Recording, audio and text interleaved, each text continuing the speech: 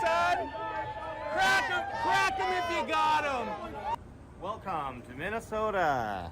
Podcast, we talk about us arriving here, our trip, what we're going to be doing in the next week or so, and we asked, Crack 'em if you got 'em, son.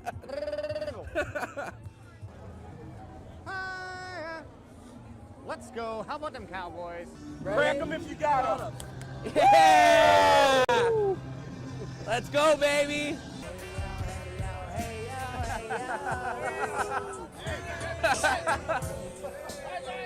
Please hit him. Somebody punch him, please.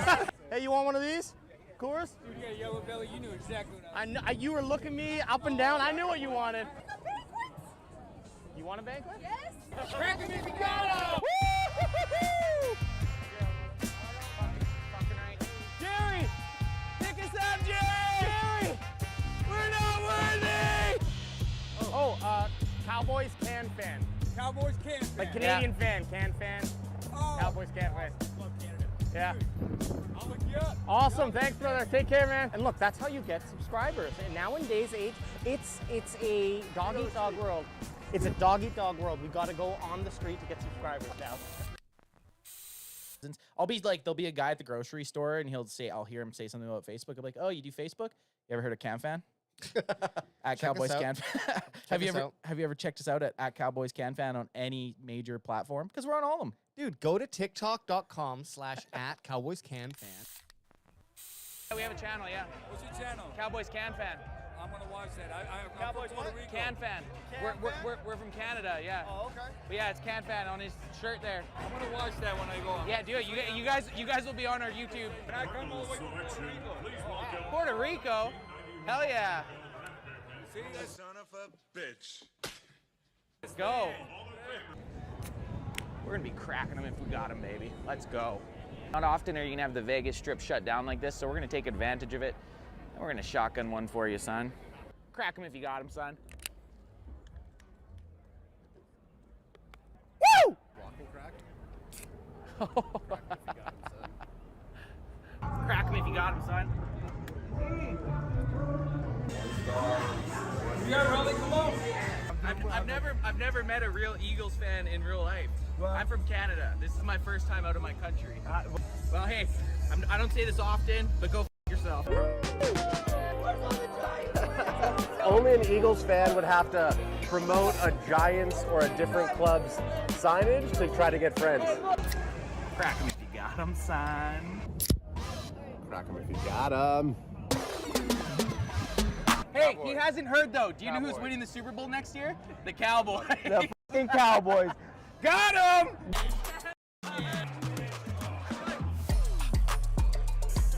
9 a.m. out in Thailand, and Zion Johnson just got picked by the Chargers, which kind of sucks because I was really hoping that the Cowboys would.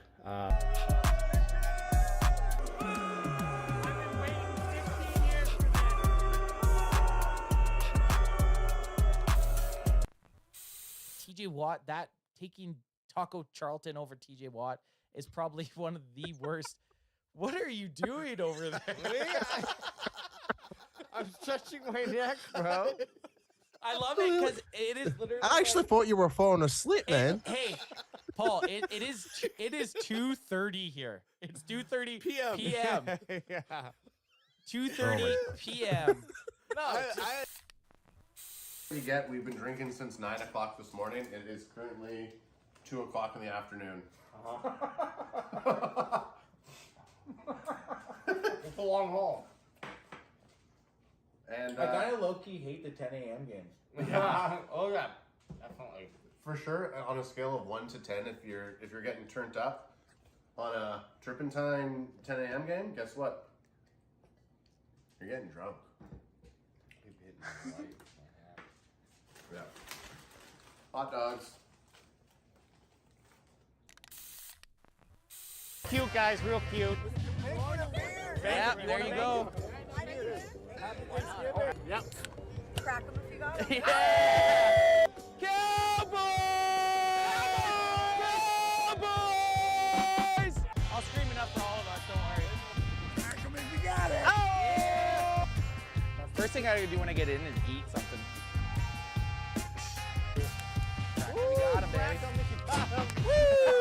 sprayed the fuck out of him with that. Oh, there was nothing left. Oh, he got him. This is a private moment for us, but hey, we did it. Worth it. We made it. Yeah, blast so far. Every day. Hey, talk to me at the end of the game. If we get our fucking asses spanked like last week, I will cry in public. No, I have faith. We're not fucking losing At today. least we had one side of the ball playing. Crack 'em if you got 'em.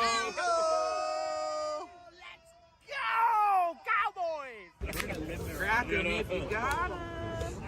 Can I talk on it? Hey, I've seen this face before. Last night outside Target.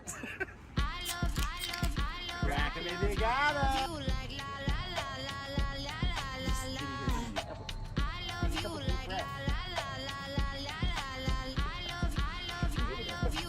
In fairness, we had eaten 3 briskets and 1 fucking rib. If there's one thing that our military families have taught us, it's no man is left behind. How about them Cowboys?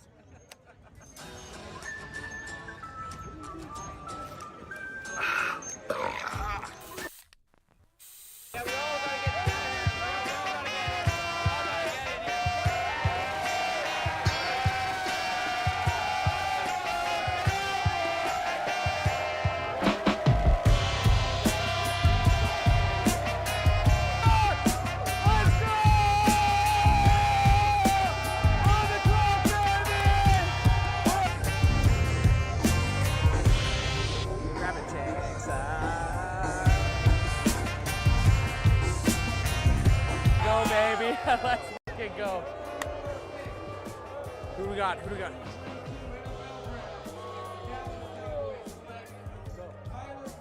Tyler Smith.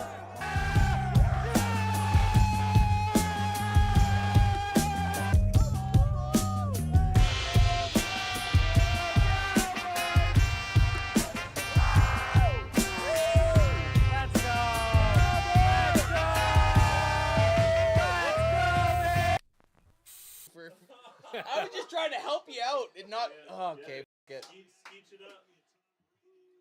Fuck you, dickhead. It's never nice. It's never nice. Let him pass it to Nat. This is so, You need to acknowledge that. that shit is so gross. It's so bad it stains the bottom of Let's go, bro. Oh man, that is fucking nasty. Oh. Wow. Age, you're gonna make me puke. Just watching him do that almost made me puke. Well, I was close to 18. On the wrong thing, though. Hey, you guys want to give me some? Off the grid. So It's like just a. do you- It's like do a. you. I say our podcast is like a good Quentin Tarantino movie. You don't know where we're going, but by the end of the cast, you're like very satisfied with what just happened. First time I've ever heard him say that, but I said it. I said it. Well, I at least said it once. First before. time I've ever listened to you. See, this is what I love about you guys. You just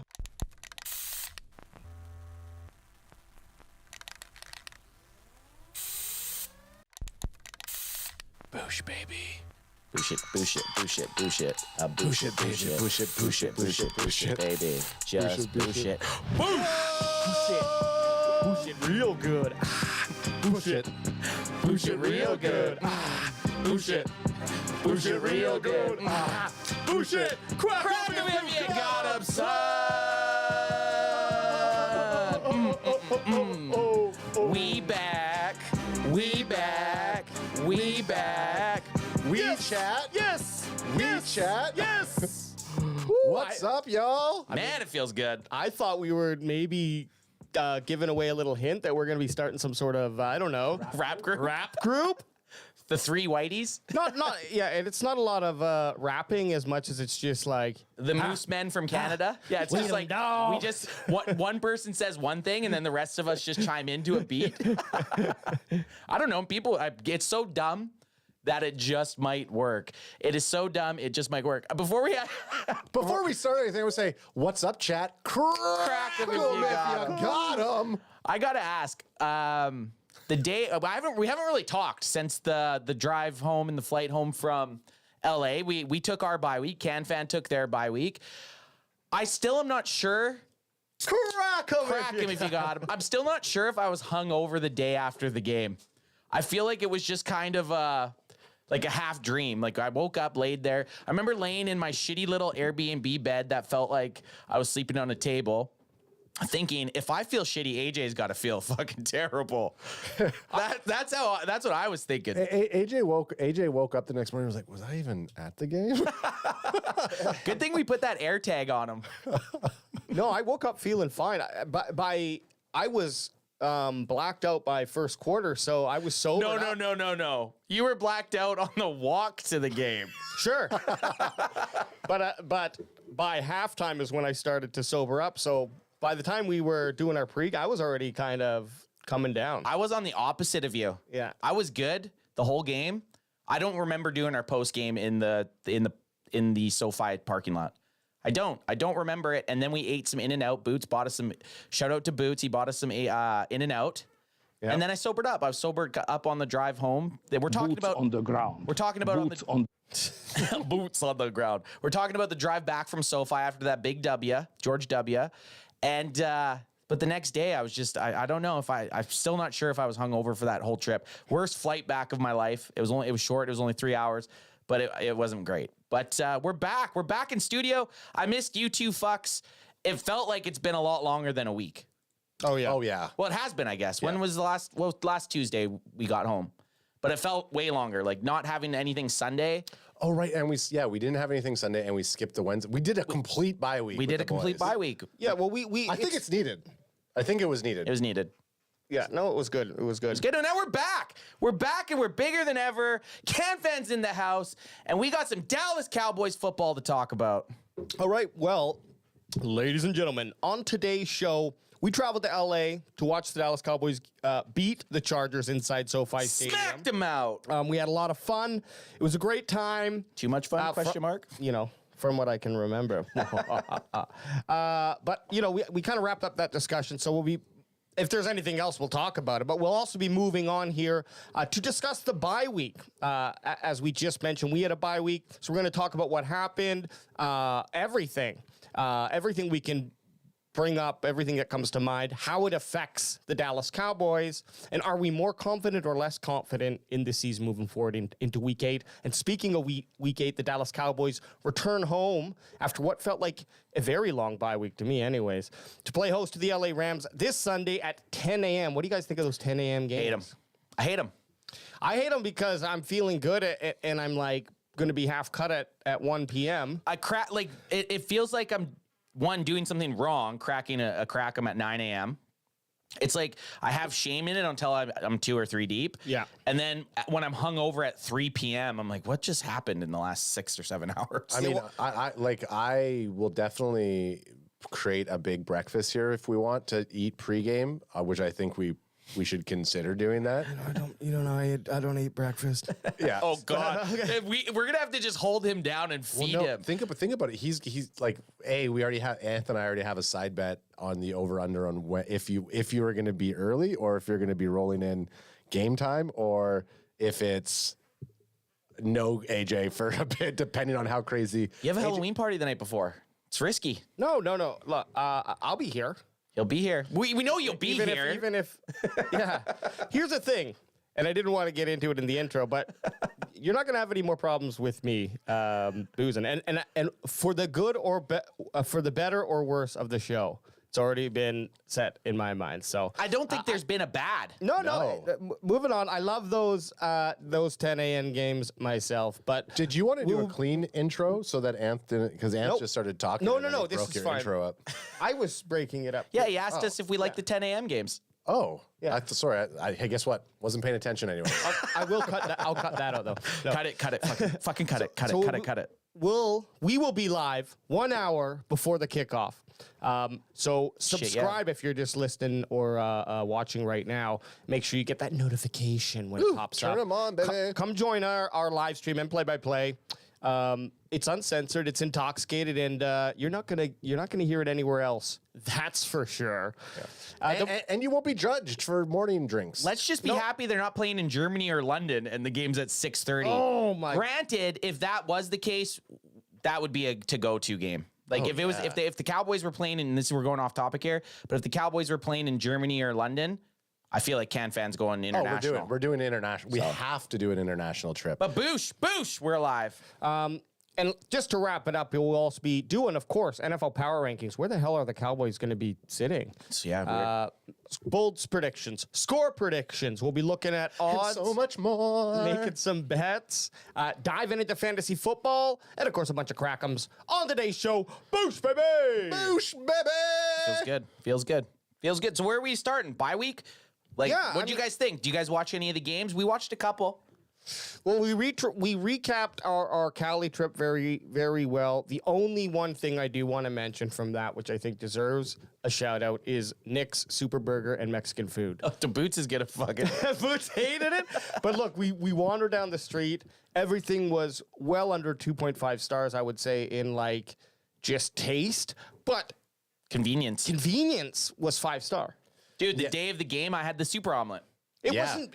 Saved me. Here's the thing. It wasn't. Well, you can't fuck up that omelet. It wasn't bad, but it was like, hey, this was definitely cooked, maybe a day or two ago, and then reheated. You know, and I'm all for. I didn't I'm poop all my for. pants. Nick's Super Burger was good, and then that other place that Boots took us to, where I had a bison burger. The Country Irish pub. The Country Irish. If you wanted to go to a country pub, you went to the right. If you wanted to go to an Irish pub, you went to the left. But it was one building. Well, America, the land of options. Yeah. Boots is not happy in the chat saying about Nick's. Hey Boots, we did want to make it sure that your name didn't get tarnished with that. Yeah, so Boots would never take never you there. that. Boots would never take you there, and just for Boots on the ground. needs a shout out. I also want to like when we landed, we're gonna finish the recap on before we go into more bye weeks in the power rankings. But when we landed in LA, we got dropped off and we made the 49ers game. We got to see the 49ers lose. So that was against the Browns. Just so anyone that's because they've lost back to back now. Right. So you gotta they're piling up losses. You gotta be very specific. Fucking loser. What loss you're talking about? But that was it felt like we were watching in San Fran Valley. Like it felt like we were near San Francisco. The whole bar was full of San Fran fans. This loser? And it felt good watching them cry. Oh, it was so nice to see. Well, they lined up for the kick. Thought it was going to be down the hatch. And I had we're sitting there and you can see everybody was really frustrated. I think we talked about this maybe that night. Maybe. Maybe not. I think. Sorry, I was just going to say. Didn't want to. So we got to see the 49ers lose, and then we watched the Eagles lose that night, and then we went into having like an awesome tailgate session. That was a great at SoFi. 10 out of 10 experience. Which we have a couple of videos that'll be dropping on the channel this week with our tailgating experience before we get into the weekend. Sorry, Alex. No, it just coming off. You just reminded me. Coming off those 2 weeks, and I am transitioning us now into the bye week talk. Some bye week talk. But he's transitioning into a bye week. After the and I'm including myself too. After what everyone was saying about the 49ers leading up to these last 2 weeks, and then to have the 49ers then lose 2 games in a row, 2 opponents who arguably they should have beat if you're the best team in the NFL. Everyone's an NFL team, and we all know that there's those flip the coin moments. However, these two games they shouldn't have lost. Maybe one could have been to the Cowboys. We would have hoped. But anyways, it really kind of it brings you back into perspective of like, yeah, you lose 1 game, now you're only back by 1. Now we're tied with the 49ers, right? So I think, right? Yeah, they have 5 wins because they've played. Oh, sorry, yeah. So, but they're still they're two half, losses. They're half a game ahead of us right now. Right. But it totally 2 weeks ago, I was fucking thinking, Scared. I was like, ugh, Superhumans. Now I'm like, oh, we're right back in. We're jockeying for position. We still get you still have to face them and beat them, but I think it just goes to show you, like, with a little bit of like playing the right skill. And I don't know that we didn't necessarily do that on defense, but you just gotta put up more points than them. I know it's stupid, simple math, but that's what it is. But it's the truth. And it kind of goes back when I was arguing with people when we were going in to face the 49ers. It's like, it's week 5. Anything can happen. It's like a long season. And people are like, oh, well, I'm not going to be that guy that goes back in time and looks at stats and game statistics. I can't even say the word. So I'm obviously not going to do the deed. Game testicles. I'm not going to be that guy to look at that. But how many teams have got beat by a team in the regular season, then went on to beat them in the postseason. That's probably happened a quadrillion times. I bet you it happens almost every year. Every single year. Yep. And this is going to be the year it happens again. Absolutely. And we talked about it and we talked about this offseason once the schedule came out. Hey, if we lose to the 49ers during season, it makes me just know that we're going to defeat them when we see them in postseason. Well, none of us even picked when we went through our offseason, when the schedule dropped and talked about the most important games. This is exactly what I said. The 49ers game means fuck all. Right. Yeah, you want to beat them for that boost, but you have to beat the Eagles. Yes. That's the team that you have to beat. They're 6-1 right now. We're 4-2. We beat the Eagles 2 times. We're tied with them. If we don't lose any other game, or even if we just beat the Eagles in the next time we play them in 2 weeks, we're a game behind them with the division win against them. That is way more important than a San Francisco 49ers victory. And speaking of the Eagles here, there was this. Well, I was just going to say one last thing on that. And chat's reminding me, I know we don't want to go back to this type of person, but because it's very polarizing, but Kahuna mentioned just here to say Cowboys undefeated since Clayton left. And then Math also said Cowboys undefeated since Satan left the show. So it's true. We're 1-0 without Clayton here. Yeah, I fear Clayton's never going to leave. I think I see him over AJ's shoulder right now. But no, very true and good. That is true. But the Eagles went out there, okay, after Jerry Jones says yes, and I'm going to paraphrase the man, okay, because he's a man of many, many, many words. And you're wearing an AT&T Stadium hat, so you basically work for the man, so you can say what you want to. I feel like I can. Thank you. He said, "We will entertain trades, but I'm not going to be calling anyone." So he's kind of like the hot chick who is getting a little old in the tooth now, and no one's going to be calling her this summer. Hot girl summer, whatever it was. Who do the Cowboys have that you would trade on the roster right now to bet? Like, well, before you even ask that hypothetical, I want to ask you guys what you think about Jerry saying that. Like, is that the way to go about it? If you think there's someone that you could trade for someone on our team, or you could trade for someone that you have your eye on, make your team better, and possibly make a run. Like, should you sit back and wait? No, I feel like it. I mean, you said it. You felt like it was a smokescreen, not to take you whatever. I think everything Jerry says is a fucking smokescreen to an extent. It's just one of those scenarios where it's like, man, we're so close there. Why are we not trying as much as possible to give everybody on the team an absolute chance? Because we were excited about the moves that the office was making in the offseason, and it's almost like that. It's that prideful thing where everybody's talking about Jerry gets in Jerry's way, and hey, we made these off-season decisions. And we did all these trades, and that's it. We're sticking with it. We're not moving on. I don't like it. I hate it. AJ? I hate it. I mean, who knows? Maybe there's some sort of. I can't see that pulling any sort of desire from someone like a GM sitting at home and his assistant comes in. He's like, "Excuse me." That knock scared me. Yeah. Somebody here? Just wanted to let you know, Jerry Jones is interested in trading, but he's not going to initiate the conversation. Get that man on the phone! Like, no, that's just not how the best way is to be open and to say, look, yeah, I'm looking to make moves that are going to make this team better this year. A la the fucking Eagles, like Howie Roseman. Obviously, my guess, the Titans GM didn't call the Eagles and say, hey, we're shopping this dude. This is exactly the point is the Eagles went out and made a massive move by acquiring the safety Kevin Bayard for I think a 5th and 6th round, was it? And one of their safeties. And for the worst starting safety in the NFL. The Eagles traded him away. So not only did they get rid of a guy that they didn't want on their team, they get an all-pro. Yeah, and I was go ahead. Well, and if you look at all of like from last year's moves and what they did in the draft, and then this, like they're saying to their team, we're all in right now. They're shakers and movers. Chips are all in because their next this upcoming draft, they have like nothing for the first like 7 rounds. Win now. They're win now mode. You know, yeah. I hate the Eagles just as much as anyone else, but I do admire when people can put lipstick on a pig and fuck it. And I think that it doesn't scare me that the Eagles.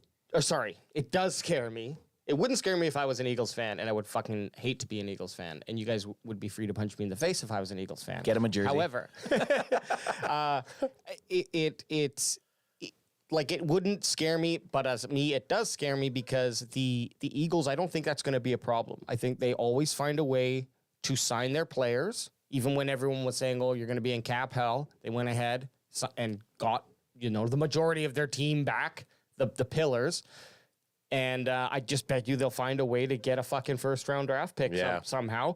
They have two. They drafted 2 guys in the first round that are making splashes on their team. Fucking Jalen Carter. Adam, I want you to cut the feed while I say this. Okay.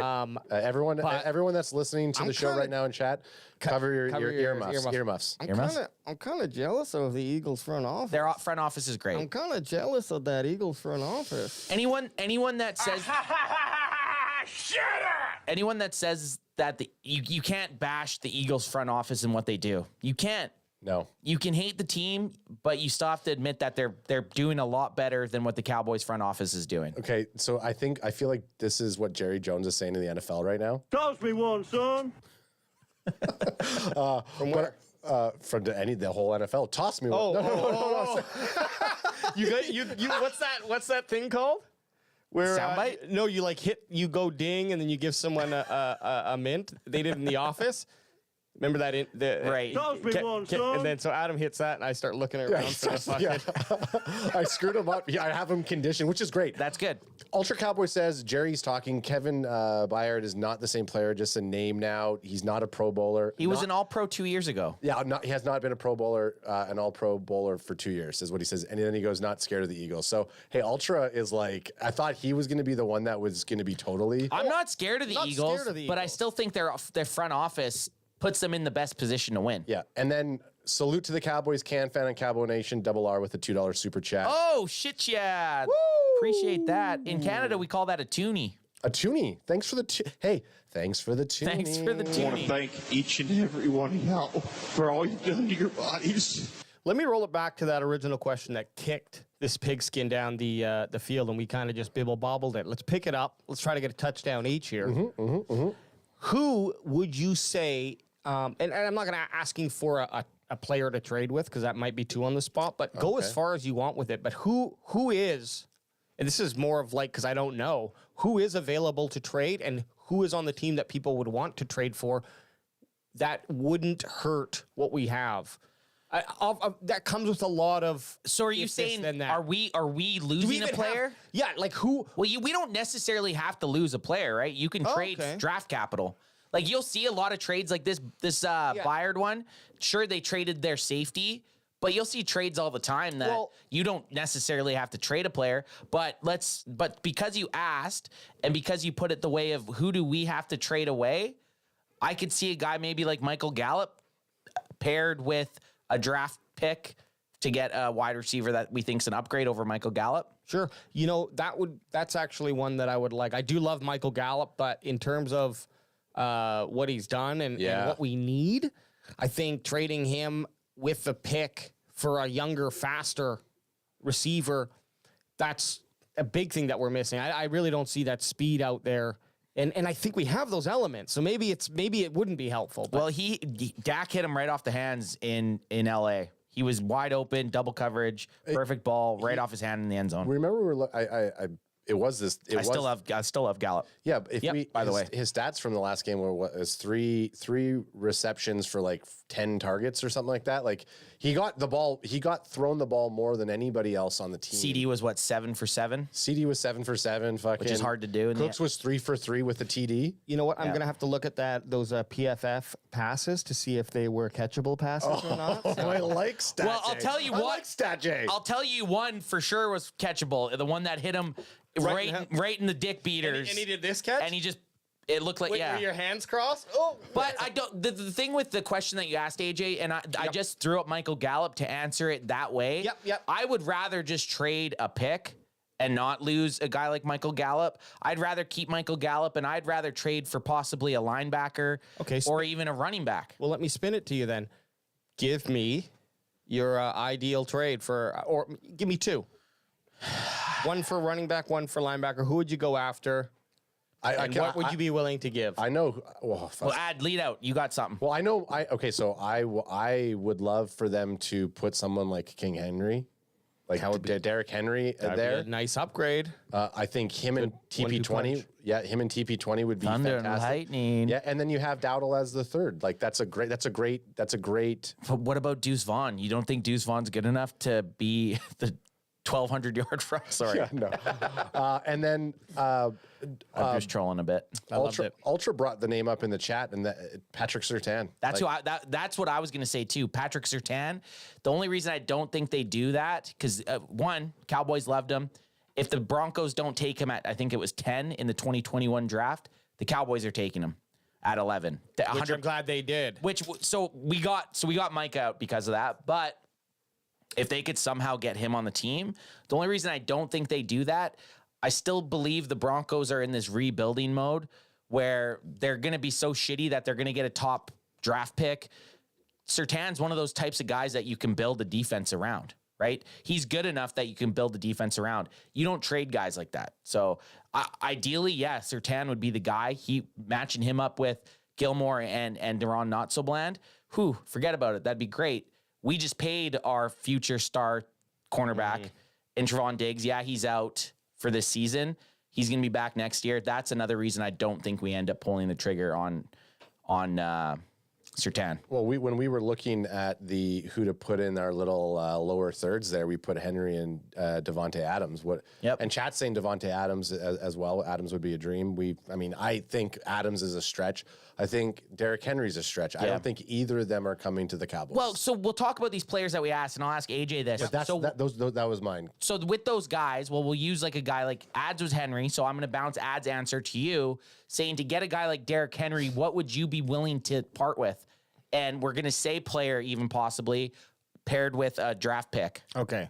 Well, the obvious answer, which you can't give, is I would keep, like in Madden, I'd keep working him down until it went to the accept, and then I would trade the lowest pick that I could. But we don't have that option. Yeah. Try a 5. Try a 7. Try a 6. Try 2 6s. It's even like not even Madden. It's like when we're doing our mock drafts. Yeah. Try this. Oh, they're not accepting. Yeah. We only got 4 more tries. Well, let's. What do I think Derrick Henry is worth? I don't think he's worth more than a 4th round pick. Wow. 4th. Yeah, because he's old. He's not. He's a 1-year guy. I'm talking about the Cowboys' perspective because I don't know that he is going to come on and be certainly he's a difference maker. I don't know if he is going to solve the problems that we're having. But fuck, 4th, 5th combo, something like that. I think I'd be fine with that. Running back's tough for me because it's like, why get rid of Zeke then? Like, why cut Zeke? I get it, you saved money, but now to trade to I'm not saying, obviously Henry's at this point in their careers is better than Zeke. Right. By a lot.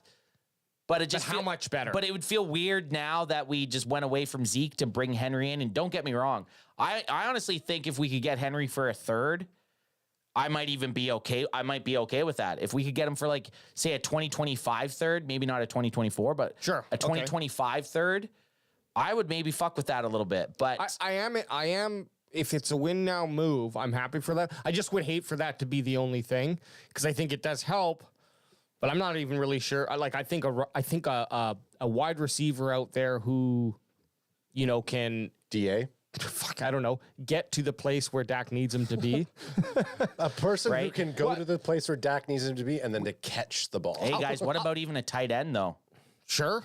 Not Ertz. I heard Ertz being thrown around. Why not? Just because he's washed up a little? Old. Well, he keeps getting shifted and traded to teams. Fits the clone zone. Yeah, but definitely fits. Ertz is a guy who I could see who could come in for an 8-game period and have some big plays. He's going to be cheaper. You could probably get him for a 5th or a 6th. He is the big. He's one of the guys. He's one of the guys that you're hearing. You're hearing Ertz. You're hearing Henry, Devontae Adams, and Surtain. Those are the 4 that I've kind of heard. I imagine if the Cowboys are any type of movers, it's going to be a guy that we're all kind of like, well, I'm just going to wait for a law or a Defi post to come out so I even know who this dude is. You know. Yeah, in all honesty, I don't think we're going to see any big moves at all. Do we need a running back? Like I'd rather upgrade some at a different position personally. Look, if you could get him and it's not like, well, we made our trade, so our quota's done, we can't do another one.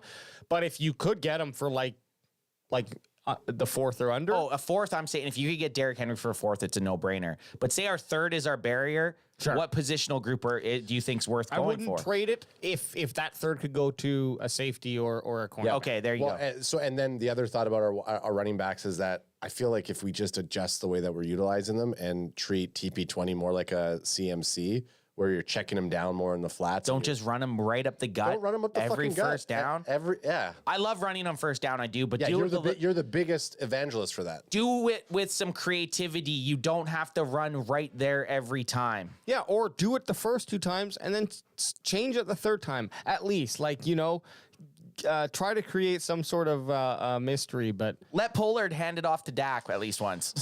So chat a couple names. So everyone's talking before you get in chat. Crack him if you got him, son. Crack him if you got him, son. I bet you say that to all the boys and girls. Sertan is so better. Woke. Sertan is You're such a whore. I'm a woko. Sertan is better than Diggs, says Ultra Cowboys. I don't disagree with that. Gus says, so Gus, Gus met him in real life. Hey, Gus. GR7. We cracked him with you in real life, Gussie. Sup. So GR7 saying, I like Christian Fulton. Tight end. Yep. Math is saying we need a left tackle. No, you don't think so? I don't think we do. But I think we need a right tackle. But we signed one. Yeah. For a while. Yeah. Llama Gamer saying it's our O-line that's suffering. That's why Pollard can't run the ball. Ingy, before you move on, is that the reason of these guys not having played together a lot? Like the 4 T's and a Z.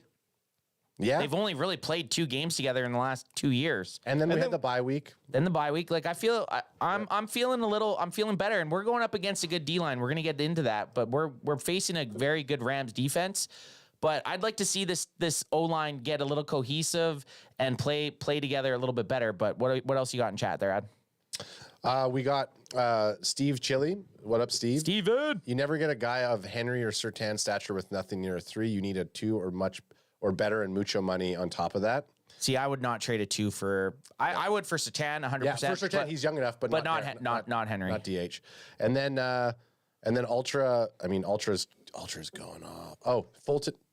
Crack him if you got him. Christian Fulton is a CB from Tennessee. Gus is correct. Fuller. Sorry, who's the guy? There's someone else. Fulton. There's a tight end that people are talking about. Musgrave. And then Alex559 says, first time catching the Wednesday show live, but always listening on Spotify. Go Can Boy. Yeah. Is that me? Am I Can Boy? You're Can Boy for sure.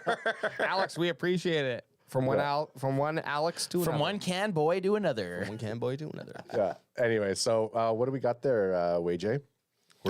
So that's trade deadline talk. That's trade date. I mean, there's nothing really more there. It's wait and see. And to be honest, I would be more surprised if we make a trade. It's not going to happen. I'll be surprised if we make a trade. And look, we might make a trade, but it's going to be like this fucking practice squad guy. Yeah, Jerry's sitting by his phone. I put the bat signal out. Now I'm waiting for it. Yeah. They'll call. Toss me one, son. That's They'll not. call. Well, I do need one toss, but you don't need to toss me one. I don't have any left to toss you. I don't know where it is. No, I'm good. No, we don't. I don't have any. It's fine. That was my for Jerry Jones, by the way. Okay. So, I could throw you some Screech. Oh fuck! I was saying to Alex at the game. If you got one, I'll take one. I was just saying I don't think I can fucking drink Screech anymore. It's like it's rocked me to the core. Well, you better hope so you want the Dallas Cowboys to lose is what you're saying to me. No, I'm just saying I don't think I can. Well, no, but you want the Dallas Cowboys to lose is what you're saying to me. Not thinking I can drink it, and then drinking is 2 different things, boys. Yeah, okay, fair enough. Every time I look at it, I have it standing here beside me here. Yeah. I don't think I can drink it, but when I'm in the moment, Not So Bland's taking it to the house. It's the same thing with fantasy football. I will take an L on fantasy football matchup if our boys are winning. If it means that whoever I have, if they're playing against the Cowboys, I'll take I hope those players are not. Wait till you do a 10:45 a.m. screenshot because Not So Bland scored a touchdown. I'll fucking take it. I know you will. I found my peace with Screech. I just do it because I know it's paired with something very good. Yeah. A defensive touchdown or a special teams touchdown. Body craves it. I just go, you know what? I'll do it. Okay. I'll fucking do it. And then just to cap it off, this is a big receipt. Cowboys know the NFC is wide open and they will make an all-in move, keep the receipt, says Ultra. So Ultra, They should. Ultra, if you're wrong, or hey, you just got to go to cowboyscanfan.com/store and order every single shirt. Every shirt that we have if you're wrong. But this has been the same as I think the last 2 years, just to say touch on this trade deadline. This has been the last 2 years. I feel like they've been 1 or 2 players away from really being able to compete in the postseason, and they haven't done it. So it's kind of last year. It was they should have traded for Brandon Cooks. They didn't. Now they have them. They don't know how to fucking use them. So I don't know. I don't know. I don't know. I don't know. But there's got to be someone out there that they could trade for, and it's probably a guy if they do, we don't even know anything about. And in an incredible move, Cowboys trade a 1st-round pick for Amari Cooper from the Browns. I would take him. We got it back. Crack if you got him. All right. Power rankings, guys. It's been 2 weeks. Yeah. We didn't check last week, so we don't know where the boys went, but I bet you they shifted down. Do you remember where we left off? What they were 8. in week 7? In week 6, sorry. I thought they were 8. I think 8 was correct. I think 8 is correct. So Ad guessed 8. I thought they were going to be out of top 10. I think you and I both guessed really high, and Ad went 8, and I was like, "You're an idiot. It's not going to be 8," and they were 8. So in true Eric Edholm, lead draft writer for NFL.com fashion, he gives away the ending. He gives away the fucking goods in the title. NFL Power Rankings, Week 8. Chiefs reclaim number 1 spot. Rampaging Ravens soar into top 5. I don't like that alliteration with rampaging Ravens, by the way. No, and Ravens can't rampage because they fucking hop like a shitty crow does.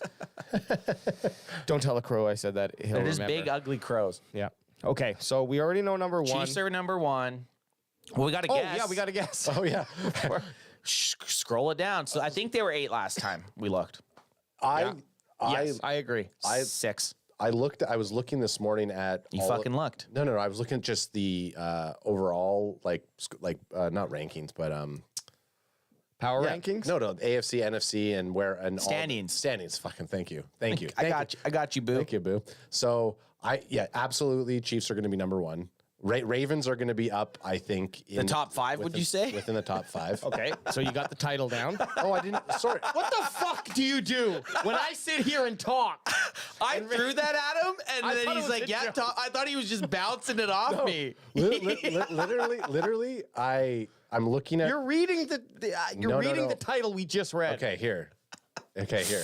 Thank you, Gus, for saving me. Gus with the $5 super chat. It was an honor to crack them with you guys in person.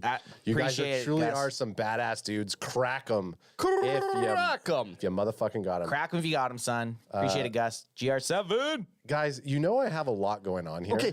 Well, and you two carry the show. I'm the third stringer. I'm the fucking Deuce Vaughn here.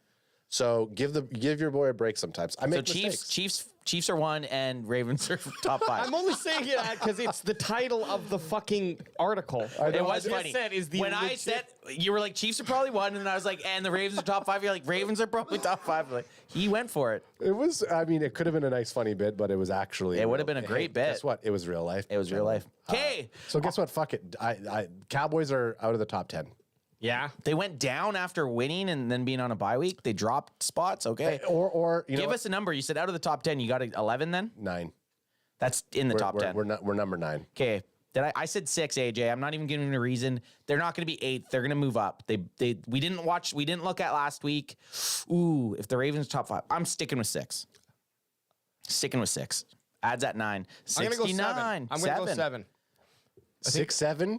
I think because I don't know, because we don't know what happened last week. It's a little hard to gauge because I don't know if they would have been bumped down 1 or 2 spots. But I'm going to go 7. And where I was going at it, and of course I said the Ravens first. People who have either a better current standing than the Cowboys, or even because they've played a game extra on the bye week, we have the Chiefs, the Browns, the Ravens, the Bills, Bills lost. But Bills, and they almost lost to the fucking Giants. But Bills are 5-3. They're gonna. I feel. If the Bills are above the Cowboys, I'm gonna be choked. It's power. Yeah, but rankings. Josh Allen. Yeah, exactly. Yeah, Josh Allen. Yeah. Josh Allen. Anyways, okay. I don't think. But you Josh understand. Allen. Yeah, we can look at it. But Yeah, let's check. You feel me? You feel me? You feel me? You don't feel me. 7. My reason is just that the win, but they're never gonna. A win only maybe grants the Cowboys allowing to hold on to the spot that they're Okay, on. So I'm not feeling very stoked about my 6 now. And like Adam told us, the Chiefs are at number 1. Thank you, Ed. Yes. Up. Oh, the fucking shitty Eagles. Eagles should be 1 in my mind. They handled the Dolphins. Yeah. I was hoping the Dolphins won. The Eagles look good against the Dolphins. I honestly think they look better than the Chiefs. KC's 6-1 though, so then. So are the Eagles though. Oh right, yeah, you're right. Yeah. So the top 2 teams that were in the Super Bowl, San Fran, we knew 5-2, dropped down to 3, down 2 ranks. fair though. They're about to go lower if they keep this. If they lose again. They keep this trend up. Zigama. The Ravens cracked that top 5 and hit the 4th spot. Up 5. So they were already in top 10. So they're juiced up. They boosted up a bit. Next, we got the Dolphins down 2. At 5. That loss. 5-2 Dolphins. So Dolphins 5-2 at the 5th ranked power ranking. They kind of sputtered a little bit. They were missing 3 starting offensive linemen. That plays into a fact. And two of their most elite corners. Yeah, Jalen, exactly. So they're still a good team. Howard and Ramsey. And the Kane was out. Giants should, or sorry, the Giants. Where the fuck did that come? guess And what? a chain, yep. Look, and they lost. It was the Eagles they lost to, so it wasn't like a fucking chump like the 49ers. Oh yeah, they still deserve to be up there. They definitely do. 6, the Jags. Just holding on. The Jacksonville Jagoffs have held the 6th. Oh, so I'm wrong. I said 6th for the Cowboys. I almost forgot the Jacksonville Jaguars were an NFL football team. They've been in Europe for so long. Yeah, I thought they were the London Jaguars. Which was probably. They have looked good though. 5-2. The Lions drop 3. Did anyone pick 7? 7. I did. Yeah. So AJ's out. And then the Dallas Cowboys hold their true spot at 8. So this must have been 3 weeks in 8. Let's see what they have to say. Any volunteers? You want me to? Yeah, I'll hit it out. Even with the defense showing some game-to-game inconsistency, the Cowboys can become a better team with Dak Prescott playing more like he did against the Chargers.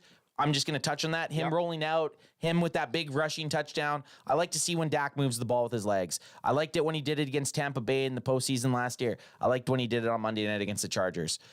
Early in the season, the Cowboys were lucky they didn't need more out of the offense, but in big moments against Arizona and San Fran, that unit came up short. You'd like to see more from Brandon Cooks, Michael Gallup, and the tight ends in the pass game, and more ground production overall. There's also the matter of Mike McCarthy eating on the sideline. Wait, that's not what it was supposed to be. There's also the matter of Mike McCarthy's trying to rediscover his play caller vibe. Maybe the strides the boys took against the Chargers and a healthy Tyron Smith suggests more offensive flourish is coming. The good news is they have more home games than road games remaining. That is a nice little tidbit. They're at AT&T more than they're on the road. Yeah. Look, I'm happy with this rank. I'm happy we didn't drop. Unexpected though. The one ranking that none of us said.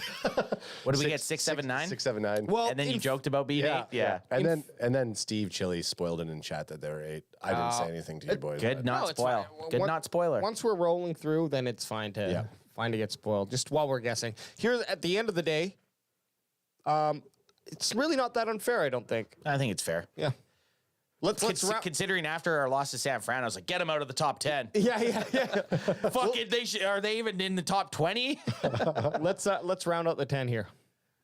So we got the Bills, the down Buffalo 2, Bills. 4-3. Ooh. And do you think Browns? Yeah, good Browns. Crack Leaving Browns. I think they should be ahead of Buffalo. Yeah. 2 weeks in a row. It's just a solid defense on that team. Oops. Oh, you're gonna play something for us. I mean, play one for us, son. Okay, well, shit. Shit, them boys are having the time of their lives. I mean, look, things could have been worse. Power ranking doesn't mean shit anyway. Now, my power ranking is we're 1. But Shit, them boys is having the time of their lives. Delayed. Fuck me. But we're addicted to it. Yep. I got something special for us, guys. Okay. Ooh. And then we're gonna go into our. This actually kind of leads us in. I did this for the bye week. Then we took our bye, Yeah, we did. And I was like, whatever. I put the, I copied and pasted a bunch of shit, so we might as well have. I like this font. Yeah, me too. I think Adam was using it, and I saw it. I like this font. I like what's happening here on the old Canv. Yeah, AJ and I do secret modifications when we're doing stuff, and we steal things from each other without discussing it. It looks good. It's a good relationship. Yeah, Blue Lightning like that. Well, there's sometimes AJ comes up with like a dime, like.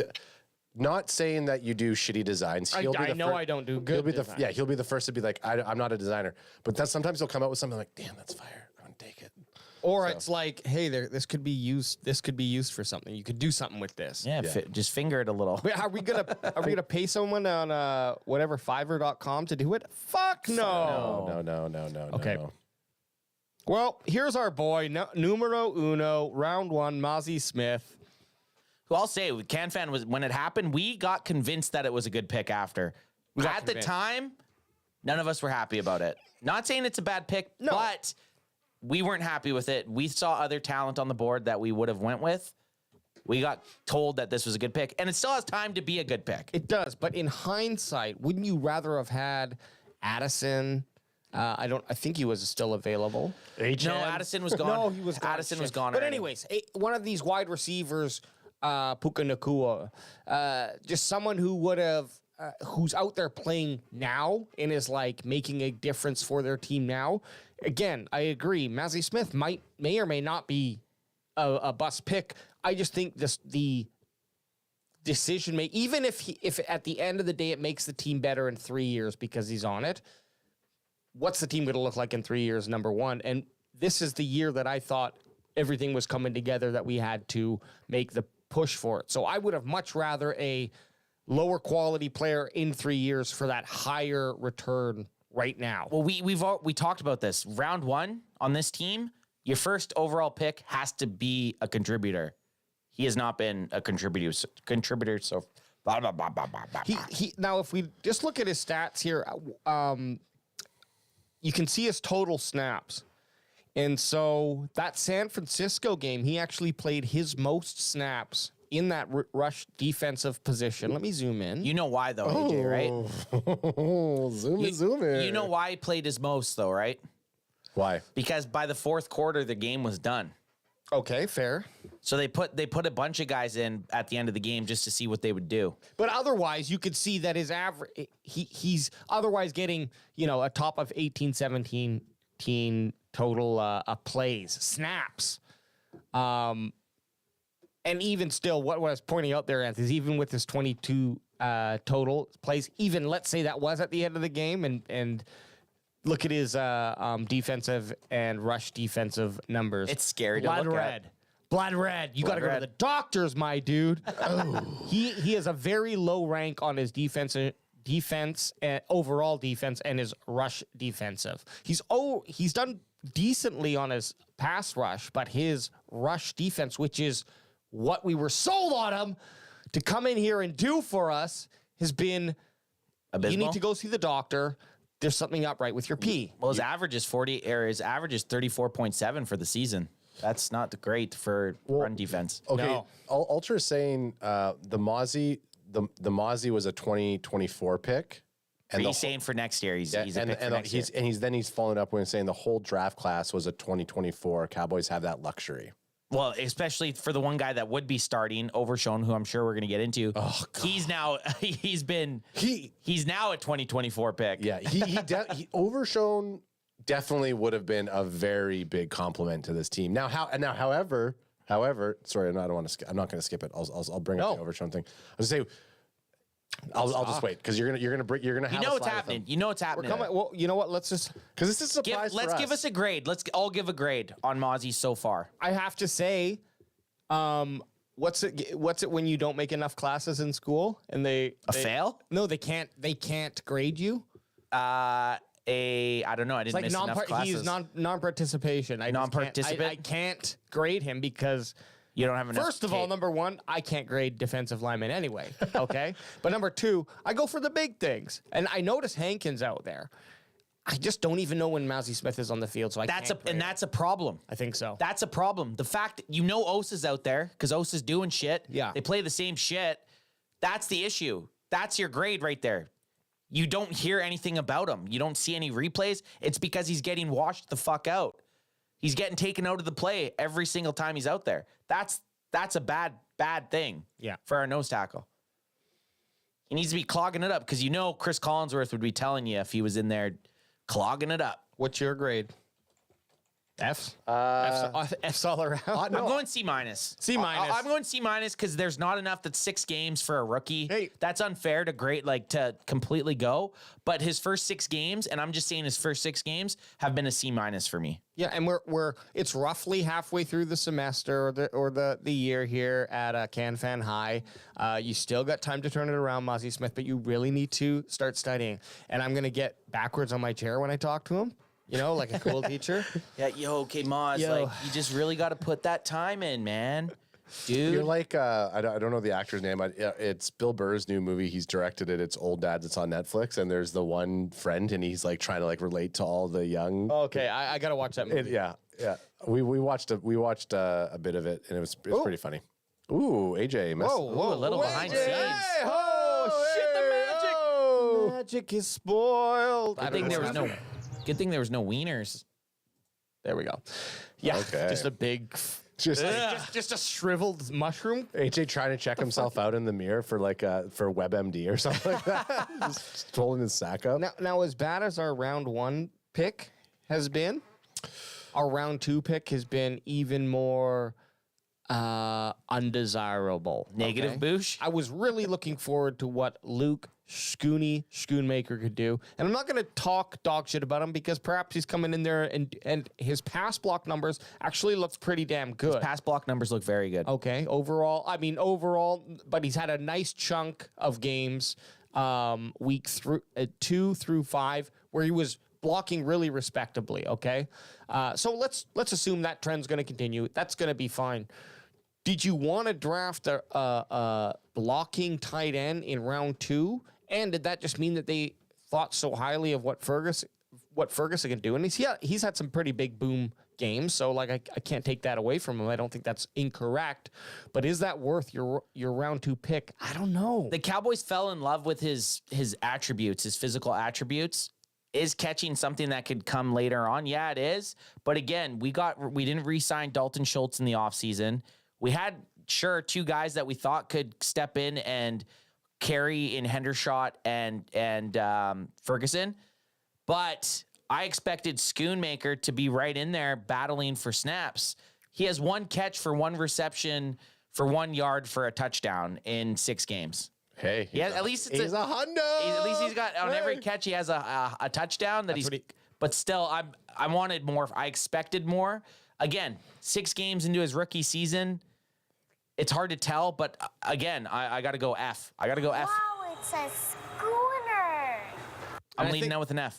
I think the other kind of thing to put on his report card here is that he's only had 5 targets. Sorry, D, because he blocks good.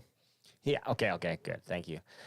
He's only had 5 targets, but still, 1 reception, 5 targets. I mean, those aren't good odds. That doesn't give Dak the confidence to continue to throw to this guy. So, yeah, I'm disappointed too with a big D. With a big D. So, Ultra is saying Schoonmaker only 5 targets. Remember, it took 3 years for Dak to trust Schultz. And he's saying the problem with our tight end room is Dak. He doesn't trust the young tight ends. So yeah, but Schultz was also a 4th round pick. So yeah, sure, Dak might not trust the tight ends, but this makes it a blunder of a pick then by the front office. Which you take Schoonmaker hopefully in the 4th. What happened is there was a run on tight ends in the 1st and 2nd, and we got nervous and we picked the next best guy that we thought. Yeah, because we got rid of Schultze, and now they panicked. They panic draft, and now they're round 2. Whether or not he's going to be a developmental player for next year or the year after, they need a tight end now, and that's probably why we're hearing a lot of conversations around Ertz coming towards us. Which would be a blunder of a pick. If you're now trading draft capital away in future drafts to bring a tight end in when we just drafted one in the 2nd round, that's a huge mispick. It's a huge mispick. Still have faith in Schoonmaker, by the way. So you gave a D. AJ, what was yours? I gave a D. A D. Well, So- guess what? I follow my boys. You might notice that we skipped rounds 3 and 4, and that's okay because those players haven't played. And There's no tape. We're gonna hit them up, but we got round 5. Awesome Richards, and or is it Awesome Richards? I don't know. He has nicknames. Awesome. Asim. Awesome. Asim Richards. It's awesome. It's awesome, guys. I know we said that. His nickname's Asim. Only 3 games, but he played respectable. So who knows? It's too little snaps to really give a quality grading, but I'm going to give the guy a C+. Yeah, I mean, it's tough. I'm going to give your first answer. Not enough for me to even be able to say anything. Fair enough. Well, at least he's had 22 snaps. So, and when he's been in, it's not been terrible. But you know what I think those snaps are on punts. Sure. Well, hey. Or goal line. That's my guess. Round 6, we brought in Deuce Vaughn. Deuce had played relatively consistent through the first 5 weeks, did not play in week 3, and he has not necessarily performed like people expected to, but I don't think anyone in this room had any high expectations on Vaughn. This is what I expect from a 6th round running back. I don't care who it is. You draft someone in the 6th round, I expect to see what we're seeing in and out. He's going to be, in my mind, in and out of the lineup going forward. He was a healthy scratch week 6 at the Chargers, and he's going to be battling to get back into the lineup, and that's fully what I expect from a 6th round pick. Yeah, and the hope for a guy like Deuce Vaughn is you hang on to him to see. I don't know how long Turpin's contract is here, but you maybe hang on to him for another 2 or 3 years because he could potentially have some good return ability. Turpin 3 years last year he signed to 3 years. So next year's his last year. Okay. So there you go. Like perhaps there is that element where he'll become some sort of like special teams guy for the Cowboys. But for a halfback, I don't see it happening. For a 6th round running back, undersized running back, he had way too much hype behind him. Yeah, he did, and don't get me wrong. When he touched the ball and he had some moves, like I think it was week 1 or week 2, week two, where he was doing some shit. I was fired the fuck up. Like I was fired up when Deuce Vaughn was getting the ball. Yeah. Now to be fair to DV, because I'm just calling him DV. Okay. You guys are on that basis. We're on that basis. Does he call you AB? Oh yeah, not AB, but like AB. AB. Yeah. We haven't seen much from our number 1 running back. So when Deuce has had the chance to come in, I'm looking at it as like, okay, if our number 1 and even someone like our number 2, like Rigo Dowdle, aren't like Rigo Dowdle, it has sometimes you could say he's had a couple bigger plays than TP20, possibly. Yeah, but you look at Deuce Vaughn's yards per average, it's 2.1. Right, but so it goes back to what you're saying. They're just because it's a nice story. Yeah, maybe they'll have him in rotation. He's there as a nice to have, possibly, and maybe he gets a higher rotation next season. And this is a 2024. I just think I think it's unfair that we're even talking about him as much as we do because he had a lot of hype put on him. Yeah, a lot of hype put on him. He had a great college career. Then you have the story. Then you have he's a hometown kid. I think he had a lot of unfair pressure on him, and people are expecting more. Where this is more of an arc for a 6th round, 5'6", 5'5", 5'5", 180-pound guy. This is don't give him extra height. And this is good. I don't think he's playing bad. I think he's playing to what a 6th round running back in their first year plays. The fact that he had 26 snaps, 19 attempts for a 6th round back when the Cowboys have Dowdle and Davis did before he actually made it onto the squad. I think that's surprising in itself. To beat out Davis, a guy that had showed that he could do it in the NFL. Yeah, 100%. And we're still hoping that Deuce Vaughn's arc is on one of these. Yeah. Just constantly going up. Learn how to play in the NFL, and at the end of the day, it's a 6th-round pick. Don't expect too much from him, but I do want to take this time to say I will be giving away a Deuce Vaughn jersey to a size medium. It's going to be size medium. It's going to be size I Deuce. will be giving it away. Size Deuce. I bought it, you sons of bitches. I fucking bought it, but I'm going to give it away. But I do think what Ad touched on, the offensive line's not helping anyone right now for our running game to all our backs. But I'm not even I'm gonna grade him still. I'll probably give Deuce Vaughn I'll give him a C. I'll give him a C for what he's honestly. He's been better. He's been better than He's been better than our 1st round overall, and he's been a hell of a lot better than our 2nd overall. So I'm going to give him a C. You know what? I'll pass the kid to get him out of my fucking class. Okay?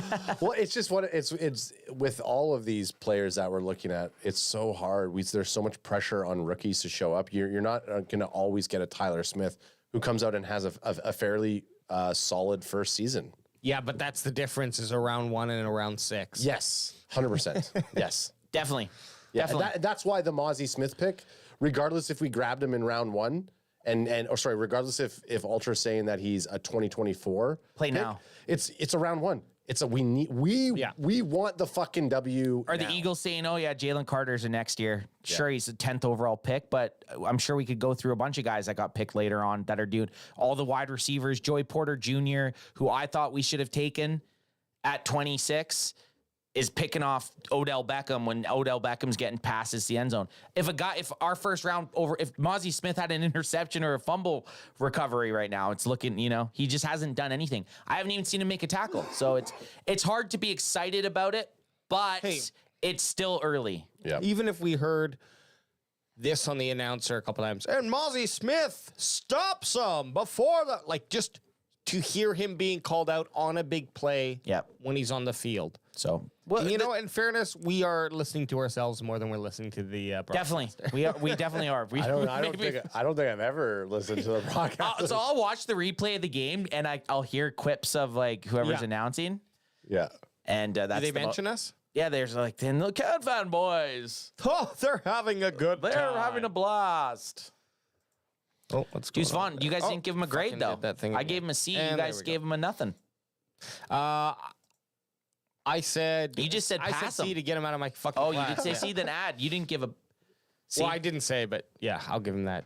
C's all around. An A for the story, a C for the performance thus far. That feels like my life. An A for the story, a C for the performance. Baji says Deuce looked great against a bunch of guys that didn't make the team. Yeah, but hopefully he can figure it out. And we haven't also seen him at the start of the game, really. New York Jets, he had a couple good plays.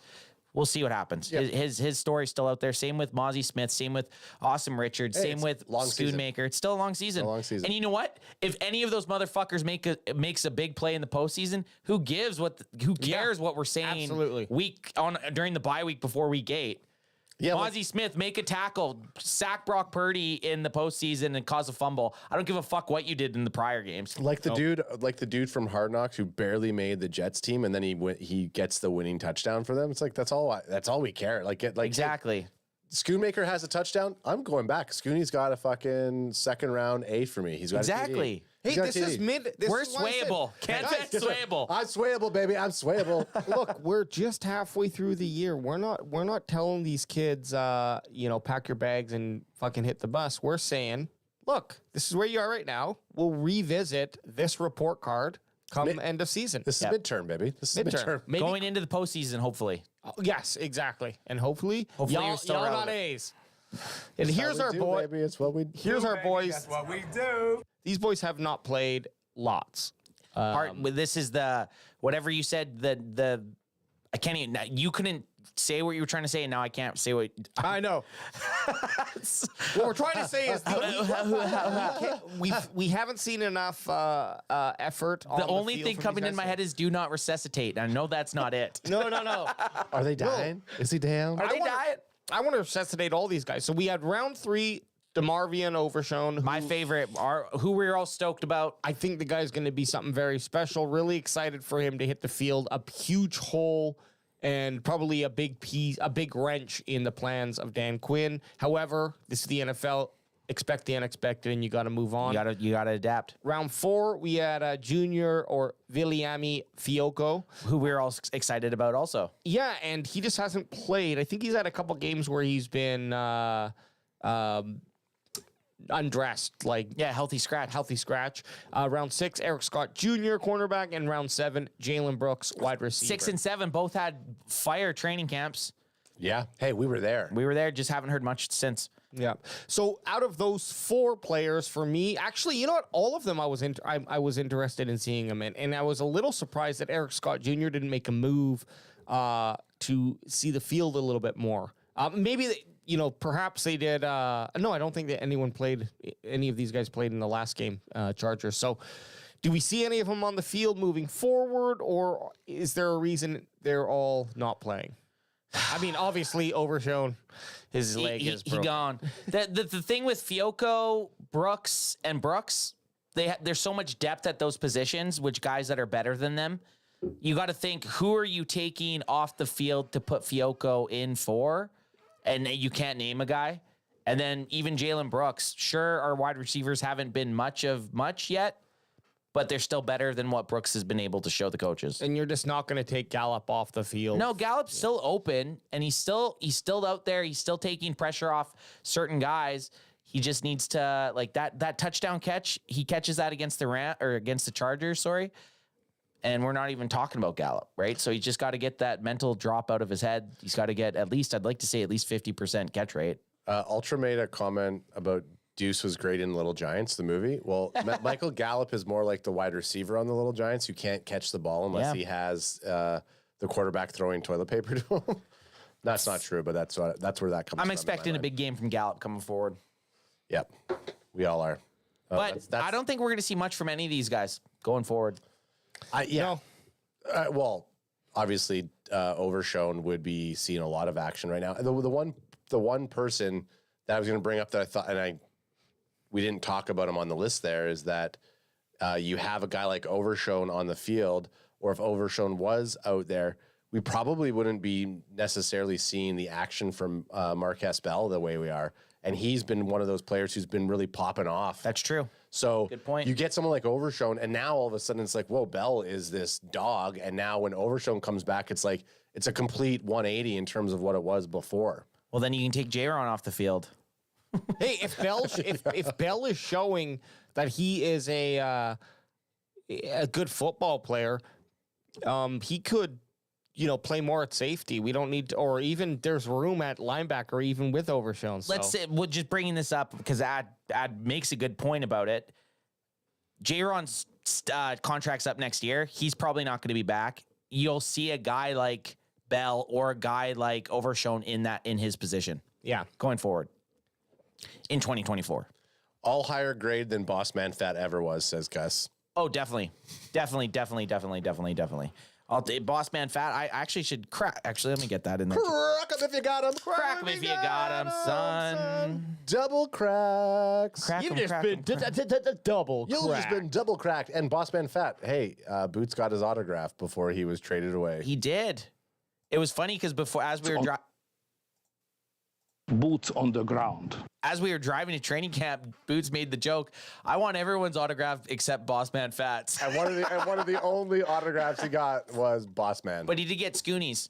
And he got Scoonies. He called Scooney over. He made a kid's dream come true. He did. That's why I feel bad for giving Scooney a D. We met him in IRL. We're not grading his personality. We met him in IRL, and then he's also his entire family shown love. So to Canfan. We're not rating.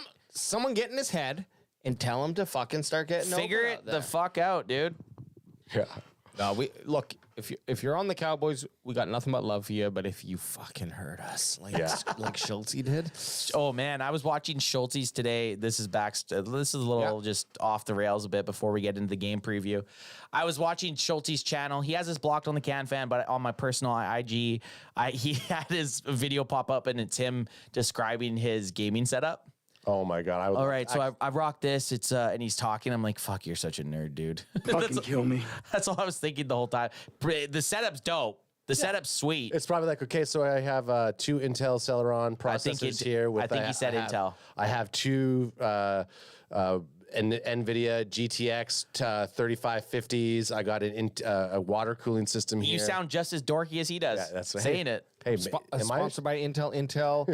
Intel is the company you want to use for all your gaming needs. Intel. Schulte has been balling out, though. 3 touchdowns in the last 3 games. Yeah, well, we knew it. We knew what he can do. CJ Stroud's finally feeling like he's kind of the safety blanket in the red zone. So, a good tight end should be. Should be, yep.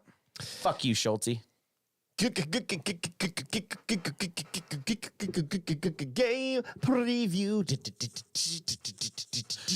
Cowboys Rams game preview. Hey, we just went to LA and we took the conch from SoFi and now from the Chargers, and now the Rams are coming over to Dallas, Texas. 3 Cali teams in a row, by the way.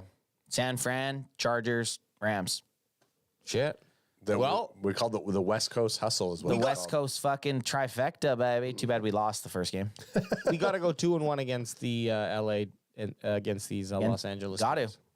Now had the Cowboys been playing the Rams at SoFi, we probably would have been going to that game.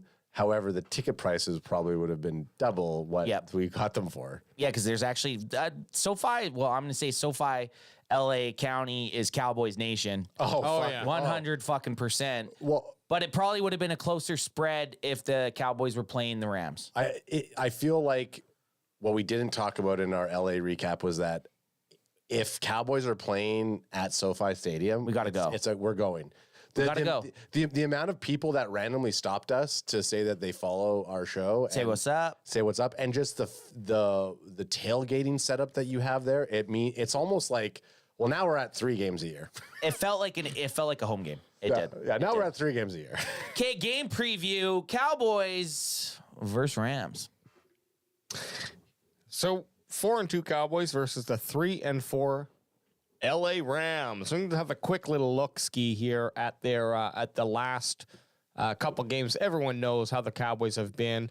2 losses here to one to the Cardinals, shocking, and then the loss to San Fran was not necessarily shocking, but the way they lost to the San Francisco 49ers, that was very shocking. AJ, I know you're a pattern guy, and I'm seeing a pattern with the Cowboys right now in our last 5 games.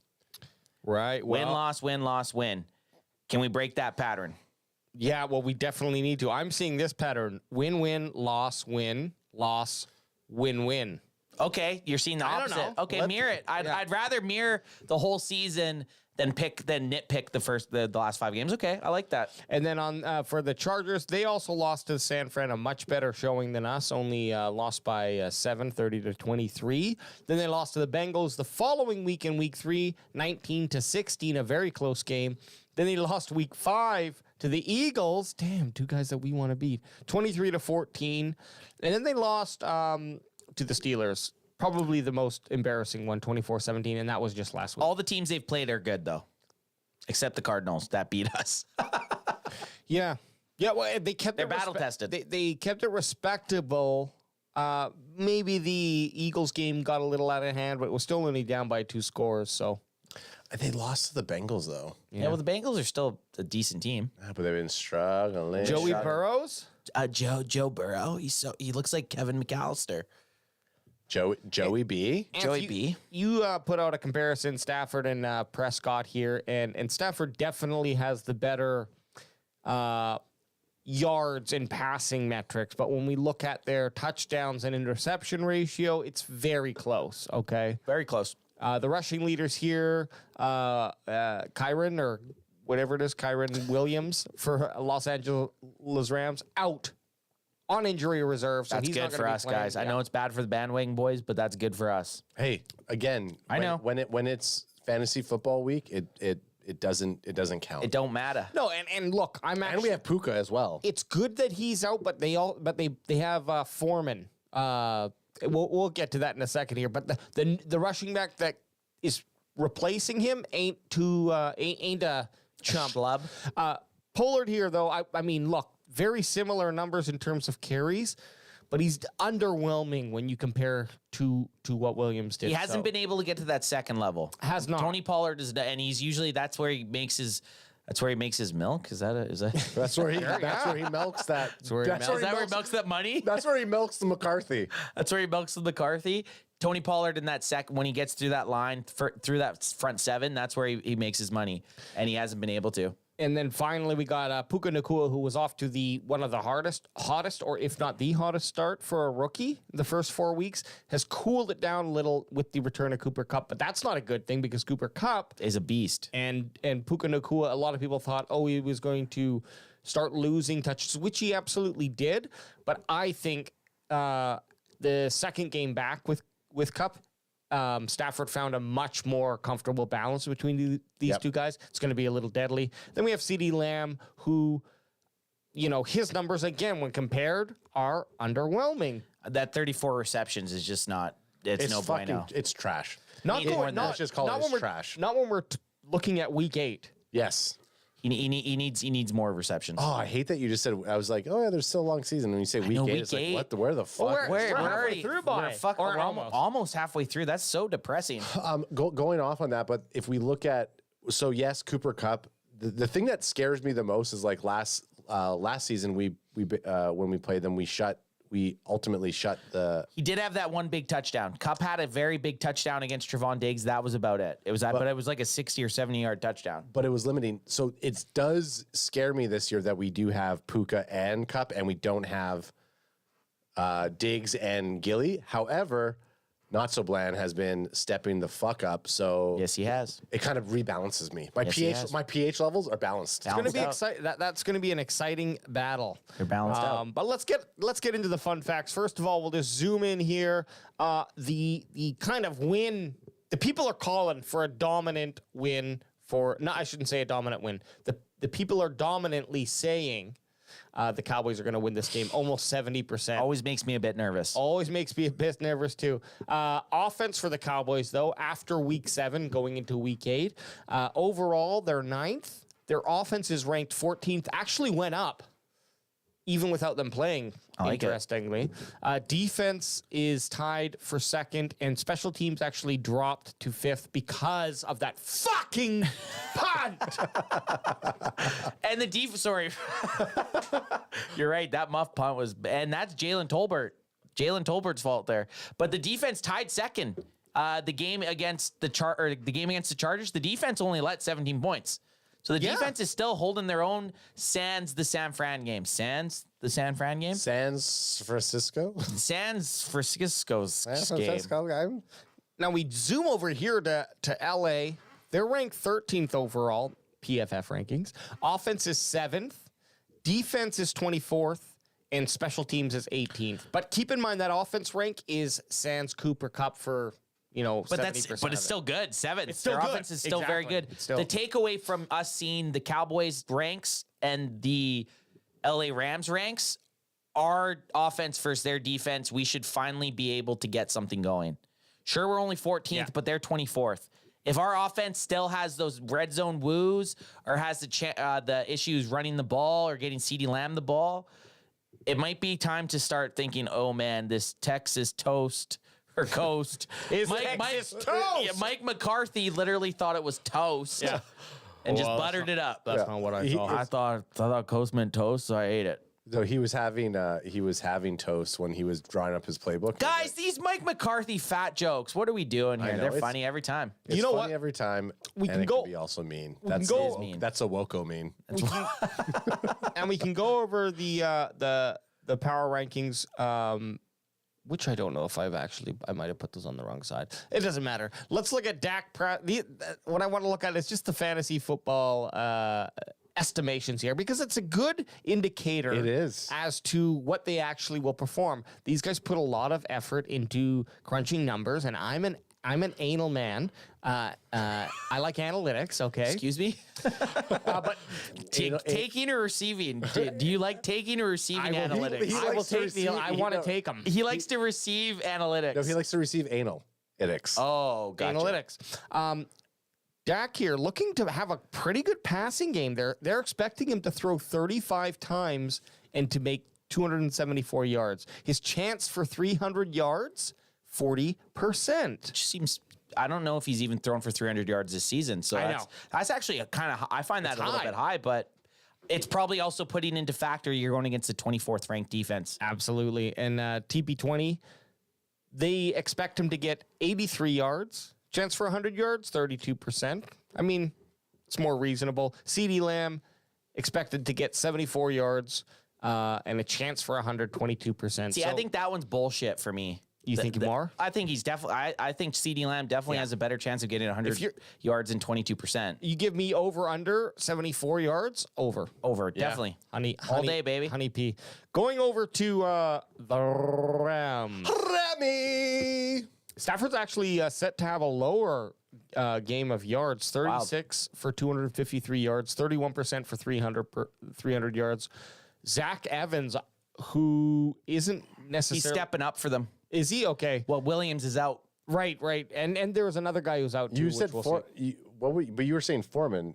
Was that the wrong team? There was another guy. Foreman's the Bears. I didn't want to say it. No, it's not Foreman. It's we're gonna see. We'll see. I shouldn't have said anything. I feel like I picked him up and he didn't do anything, so I had to. I dropped him. I picked him up and he didn't do anything and dropped him. Who knows? We're going off of PFF, so it could all be incorrect. But speaking of PFF.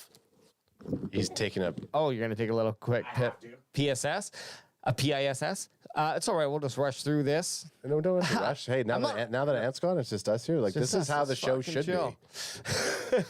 Hey, what's up? We're the Bandwagon Boys coming to you live from CanFan Studios. We're looking at the PFF ratings for the Rams versus the Cowboys this Sunday at 10 a.m. We're kicking off 1 hour before. So either way you put it, there's not a lot of hope for the running backs. I like seeing that I like seeing that Cooper Kupp only has a 23% chance at getting above 100 yards. Yeah, and look, if I was looking at that, I actually came into the season when we drafted little fantasy football talk. We drafted Cooper Kupp in like the second or third round. We traded him. We had and hey, listen, we had Cooper Kupp on our bandwagon. I think I said this can fantasy football talk. We picked up Cooper Kupp. He got injured. We stashed him on the IR, and then we traded him for fucking great value. Which I think that trade was probably that was a pivot of us winning. We were on a winning streak from that. So it is. That was good. That was good draft.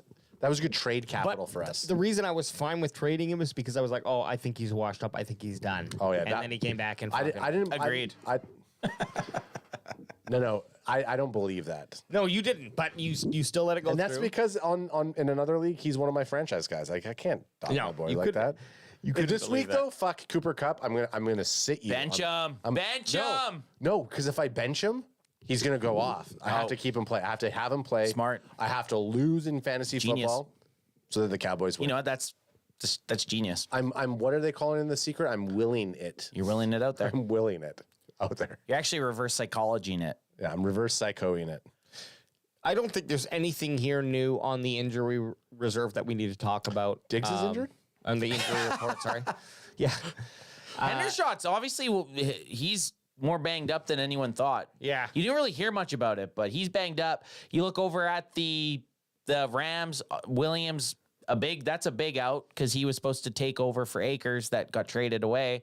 So that's good for us. How is Diggs still rated 80.7 as he's injured? Because it's his last rank. It's his last rank. Hasn't changed.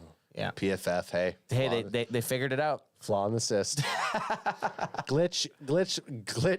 It's like, well, why isn't Schoonmaker 100 if every catch he has a touchdown? Hey, you're absolutely right.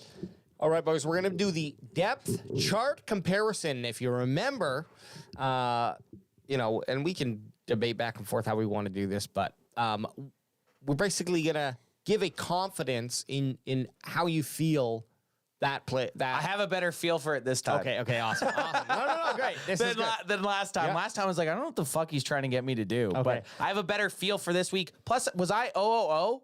I think you were 0-0. Or was I here? No, you were 0-0. You were 0-0. I was 0-0, so it was it's a lot different. It's a lot different. I understand better. What we're gonna do is we're gonna go through each position group, and we're going to rank our confidence of which side is better. And at the end, 10 is good, right? 10 is the best. 10 means that you have so much, like they're not even going to touch it. Whereas 1 would be like a coin flip. You just have to pick a side. And we went through this last time. Yeah. There's no washes. Yeah. No washes because you have to at least have a 1. It forces you to be like, you need a washes. Pick a 1. Pick a 1 on either side. Okay. Well, it goes. It's binary. You're either a 0 or a 1.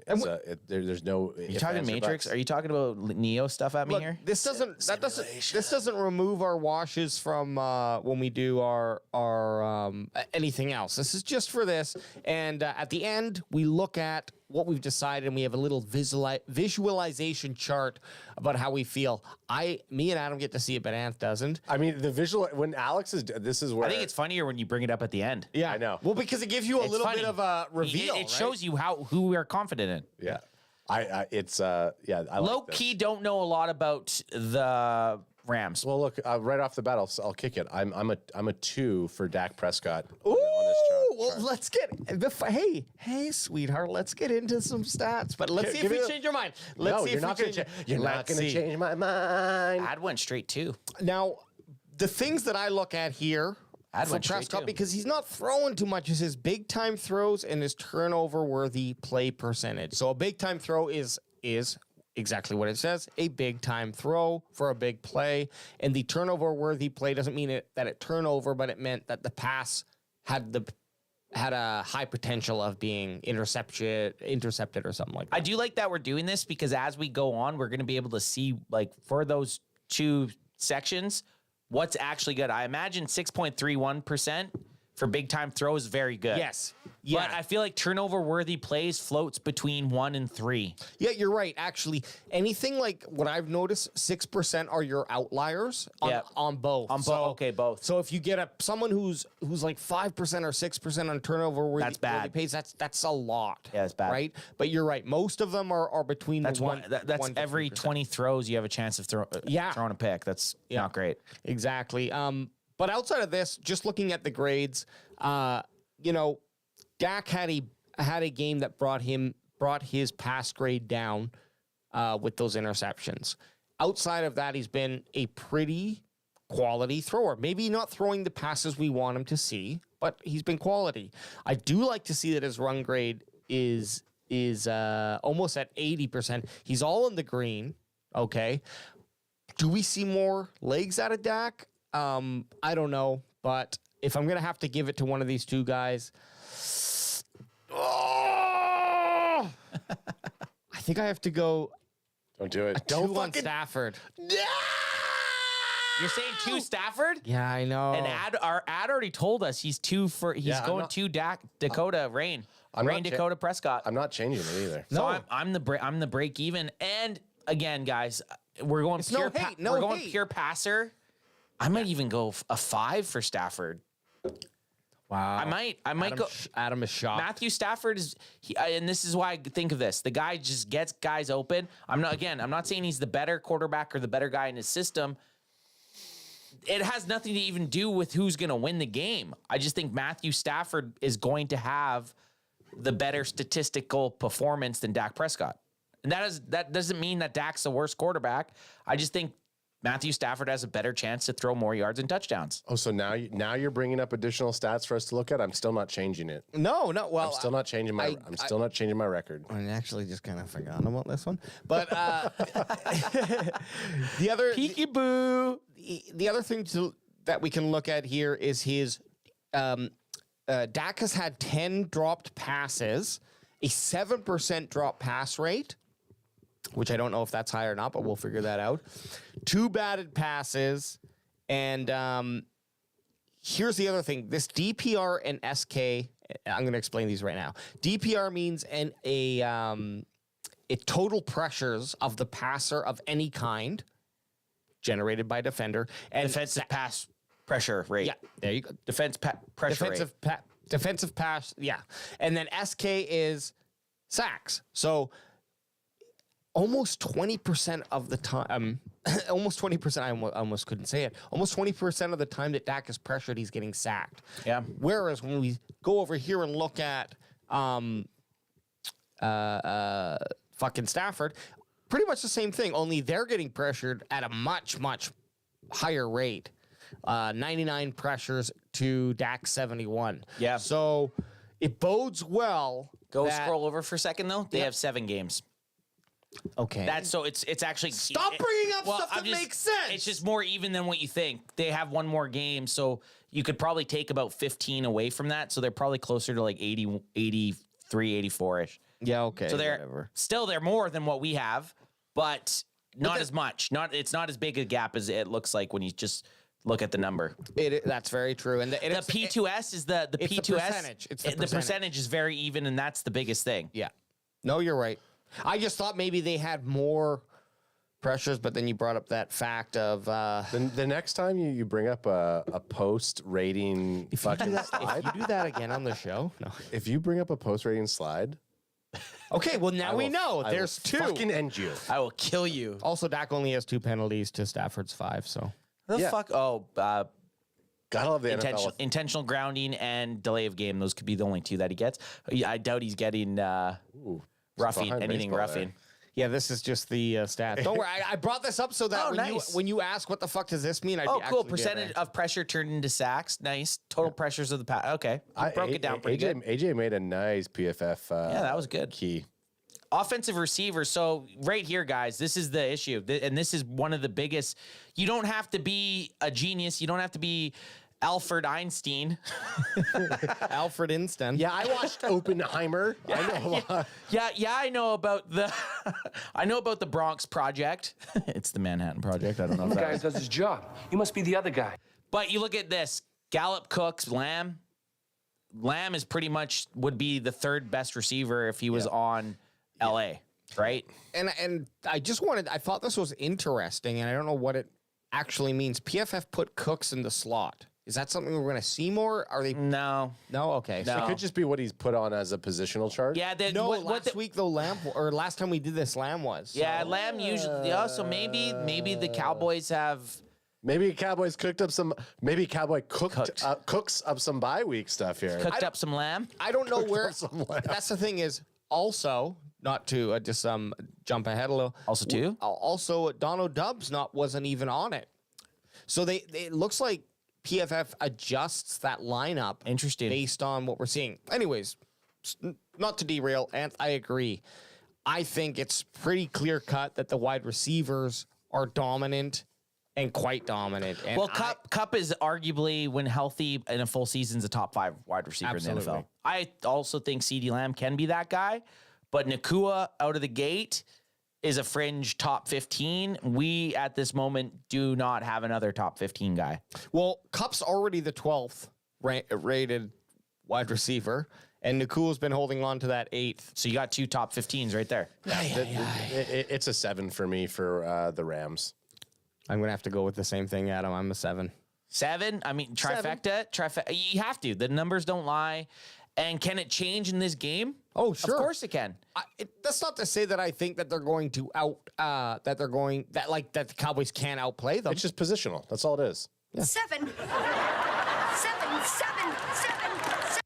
Now we look at tight ends, boys. Ooh. For me, I'm going for a tight end position. I go Cowboys.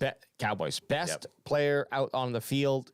Ferguson. Best player, Boucher. Now Higbee is good. Higbee has, but he's just a guy. What do they call him? A jag? I forget. Just another guy. Just another guy. That's a Barry Grant Jr. Whereas just a jag. When Ferguson is a part of the game plan, and when Ferguson is catching footballs and getting open, he is he's great. And I have to give it to the Cowboys on a solid 4 because of Higbee's history in the NFL.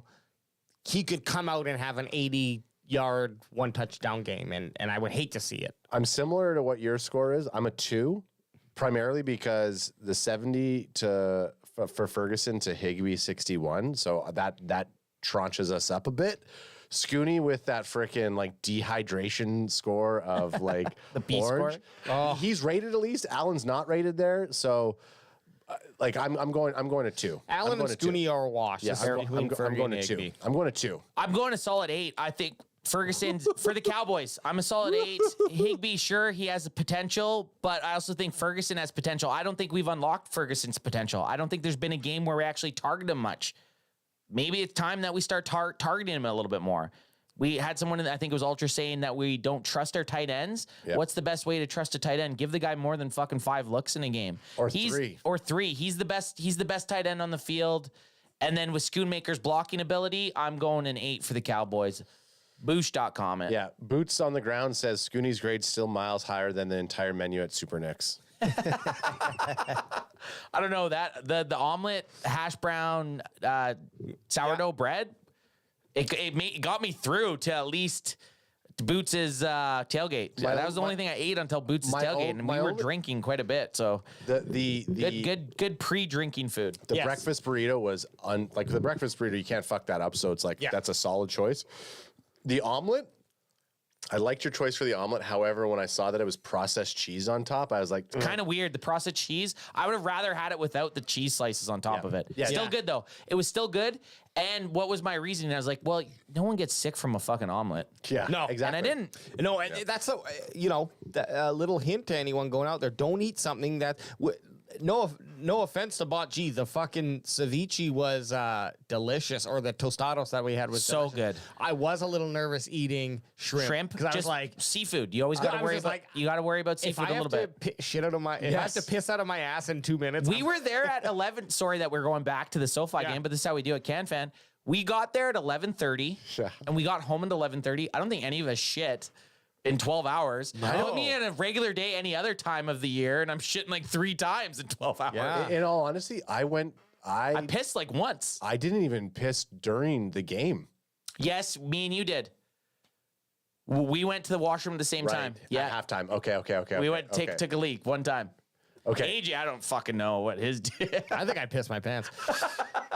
But the thing, yeah, you're right. I have a rule where if I'm on like a work Seafood's session, scary. I do not touch seafood. You never hear about people getting sick. It's like shellfish. The only thing with bot G though, shrimp. the only difference if it wasn't bot G, I wouldn't have ate it. It was great. It was great. By the way, picked it up fresh morning of. It was fucking unreal. Everything. If you have a chance to go to a game that Boots on the Ground Eric's at, and he's tailgating, make sure you go to wherever he is, because it's 10 out of 5. It's 20 out of 10. There you go. It's a double the rating. It was. Anyways. Double. So this one's a little screwed up, and I have to apologize because we're kind of going off PFF here in terms of how we present the board, but the actual running back combination for the LA Rams is Darrell Henderson Jr., Royce Freeman, who was Royce Freeman. That's the guy you were talking about, and Zach Evans. You said Foreman. That's what got us confused. And I was thinking of that Mike Tyson fight. But I'm gonna fuck Foreman. So fuck you up. The backfield is a little questionable. But Freeman is the one who came up here for the comparison. But Freeman was the guy that I picked up. Okay. Nice. And he I dropped him though. He might do good, but let's just really focus on Pollard here. You got to go with Tony Pollard. I don't think these. I'm having a hard time thinking these are. Tony Pollard's been in the NFL a long time, and these stats that he has right now aren't even close. Aren't true to what they're not true. They're not true. And I'm waiting for that Tony Pollard 200-yard or 150-yard breakout, which I think is on the horizon, and it could be this Sunday. It sounds like someone has his boldy. Possibly. So for me, what I would say is just out of pure that Tony's the pure number one, and I don't think his numbers have been terrible. He's still getting a 3.9 average, which is rounded up to 4. I'm still happy with that. But yeah, it's fringe bad. It is fringe bad, but it's fringe good. It's fringe bad, fringe good, but he hasn't had the moments that we're looking for. He's in purgatory. And I just wonder if those moments are not going to be for Tony Pollard anymore, and and they're going to be for the Rico Dowdles. He's one game away from his stats. He has one good game, like possibly this game. Say he has 200 yards or 150 yards. These stats and 2 touchdowns. Done. These are fucking turned upside down, right? So, and we've seen it. We know he's capable. The only scary thing is he hasn't had a big game since what? Since that leg. Since the leg break. So that's the one scary part about it. But he's been running strong and fast. He looks fast. I'm giving him a 5. You got to, five for the boys. and I think that might even be lowballing. I am lowballing. I think that might, it's low, which is fair. I'm going 7. 7. You know what? 7. That's probably more. 7. That's actually probably more true. I'm going 10. Tony Pollard will 100% be the best running back, stat wise and eye test wise at the end of this game. Fuck me. That means Tony. I have to. I know he's going to have that game. TP20 is going to have that game. Say it. TP20 is going to have that game? Say it, baby. TP20 is going to have that game? Say it, baby. Okay. We could, me and Ad and I will do this for 4 hours. Say it, baby. Trench battle. What did you? I said 5. Okay, you said 5. Trench bat. I changed this up because this we can read this. Oh, a little this bit is better. good. Yeah, I like what you did with this. This is just the offensive lines of the Dallas Cowboys and, of course, the LA Rams, and they're just facing off against each other. Y'all ready to bust some ass? But here's the biggest disappointment is Steele in my mind. It's not even that I think that he's noticeably bad on the field, but he hasn't been to me, honestly. No, and to be quite honest, I don't think any of our line, for me, it's a 10 for our line. The Smiths, look at the Smiths. Look at the Smith bros. Smith bros, bashing heads, bro. Bashing bros, we're Bash brothers. I gotta ask you guys this because I did say 10. There's a flavor. But I'm gonna asterisk it real quick while I ask you, why is everyone saying that the Cowboys O-line is causing our running game to not be good? It's kind of they're kind of coexist with each other, right? They're kind of symbiotic with each other, right? If Tony Pollard isn't getting yards, then it's the reason they have good rating right now is because they've been Tyler Smith and Tyron Smith when it's been pass production, they've been killing it. Terrence Steele, when they're running to his side, Tony Pollard's getting stuffed every time. So when they're running the right side, Tony Pollard's having no fucking luck. And then you got the Smith bros, they're doing their thing. So they're just basic, but these stats you can click them. Maybe not here, but with their run protection, right? Right. So it's the run protection's low. Their pass overall, protection's high. They are because of that pass protection. And you're gonna look at a running back who's been predominantly good, and especially with his yards per carry in his career, and then for whatever reason right now he can't get it going. You're gonna look at something other than the running back himself, which starts with the O-line. If we look, could be play calling too, though. It's almost a complete opposite here. If we look at the Rams, in that their right side is the strong side with Dotson and Havenstein, but look who's there in Avila, left guard. Steve Avila, guy that we talked about possibly drafting late too. Like I think we talked about getting him in third, fourth round, and he's starting. Actually, maybe we took him in the first a couple times. TCU left guard. We had him in a lot of drafts. Yeah, we did. We wanted TCU him. guy. He had a big Yeah, he had the Sideshow Bob going on. He had a nice do going.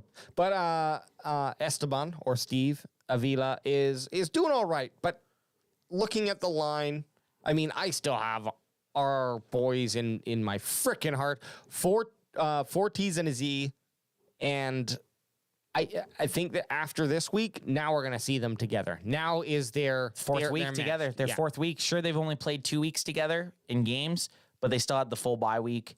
Now it's go time. Yeah, I go full 10. 10. Full throttle. A 10. A fucking 10. Gentlemen. Nice. Bad Bess? That's me. 10. You're going 10 also? 10. Wow. I'll go 9 then. Just to not give it the trifecta. I'm going to go 9. I agree. You look at Jackson. You look at their left line. It's also been... you got 2 future Hall of Famers possibly on ours. Yep. So... 10. Havenstein, you fuck. Fuck you, dickhead. So now I'm just going to zoom in here. For you audio listeners, you're like, what the fuck is he talking about? He's zooming? Well, what are you zooming? Like you're on a meeting or something? Like Zoom? Like a Check out the YouTube show. We got 2 kind of defenses, the base and the nickel. And this was the easiest way for me to I like what you did here. Yeah. So on the base package, left to right, or right to left, sorry, is Lawrence, Odigizua, Hankins, Gallimore, and Parsons. So the base you're going to look at, they're going to be in this more times when there's a chance that they're going to run. When the opposing offense is going to run. Yeah. They'll be in your base. You're going to have these guys out to try to stuff the run. And then in our nickel, it's from right to left. Parsons, Armstrong, Lawrence, and Fowler Jr. And I just want to touch on this. I sent you guys a picture into our DMs there the other day. Dick pic or? Yeah, it was just a wiener. I was like, look at that. Check it out. Pretty cool. I said it was nice. Super cold Should I go get the doctors to check this out? Should I get this looked at? But Parsons, Armstrong, Lawrence, and Fowler Jr., out of every team in the NFL with 4 rushers, only 4 rushers, they're the top rated by a mile.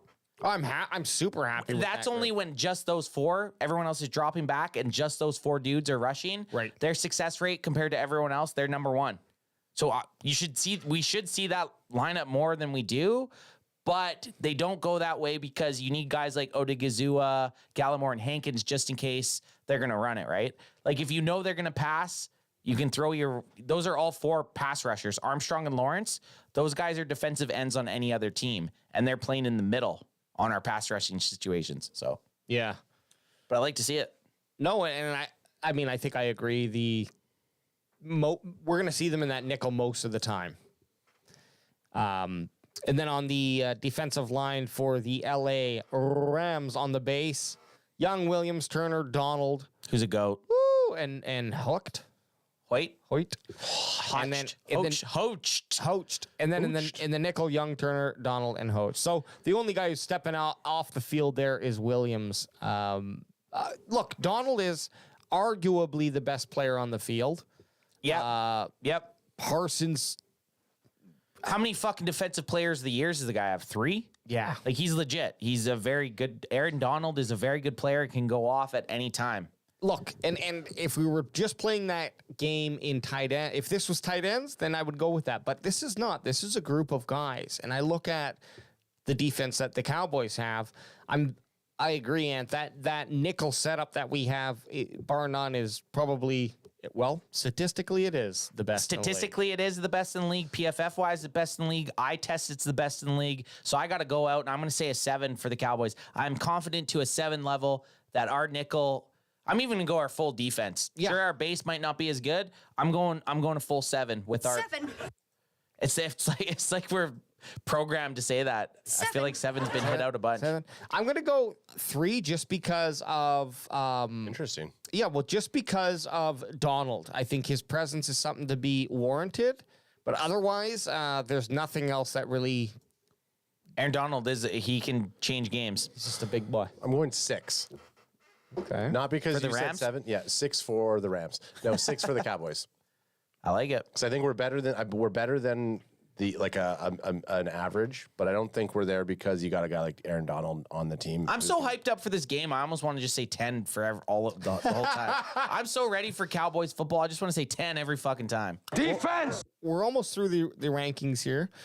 Just going through the defense now. We got linebackers Clark and Bell. Look at Bell, who had a fucking amazing game against the Chargers. And if he can keep doing what he did against the Chargers, we may have, and I don't want to say a guy getting hurt's the best thing that could have happened, but LVE being off the field and seeing Bell, how fast he is and how fast he reacts, maybe hey, he's got to repeat it. He's got to repeat it. Like, one game's not enough, but he just looked like you can't hide those facts. Like, you saw him react, you seen him charging ahead.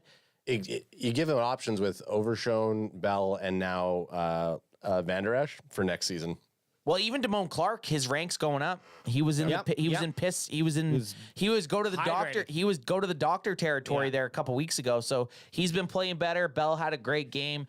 I don't know much about Jones or Roseboom, guys. I'll be honest. I really don't. I'm basing this off of their PFF grades of 75.5 for Jones and 49.6 Roseboom. I don't know what their depth is like. I know our depth is very scarce. If Clark or Bell go down, I don't know what we do. But based off of these two guys, which a lot of teams are doing, they're only running 2 linebackers. I got to go Cowboys a solid 8. Ooh, that's a big one. And I'm gonna look. I need to see it again.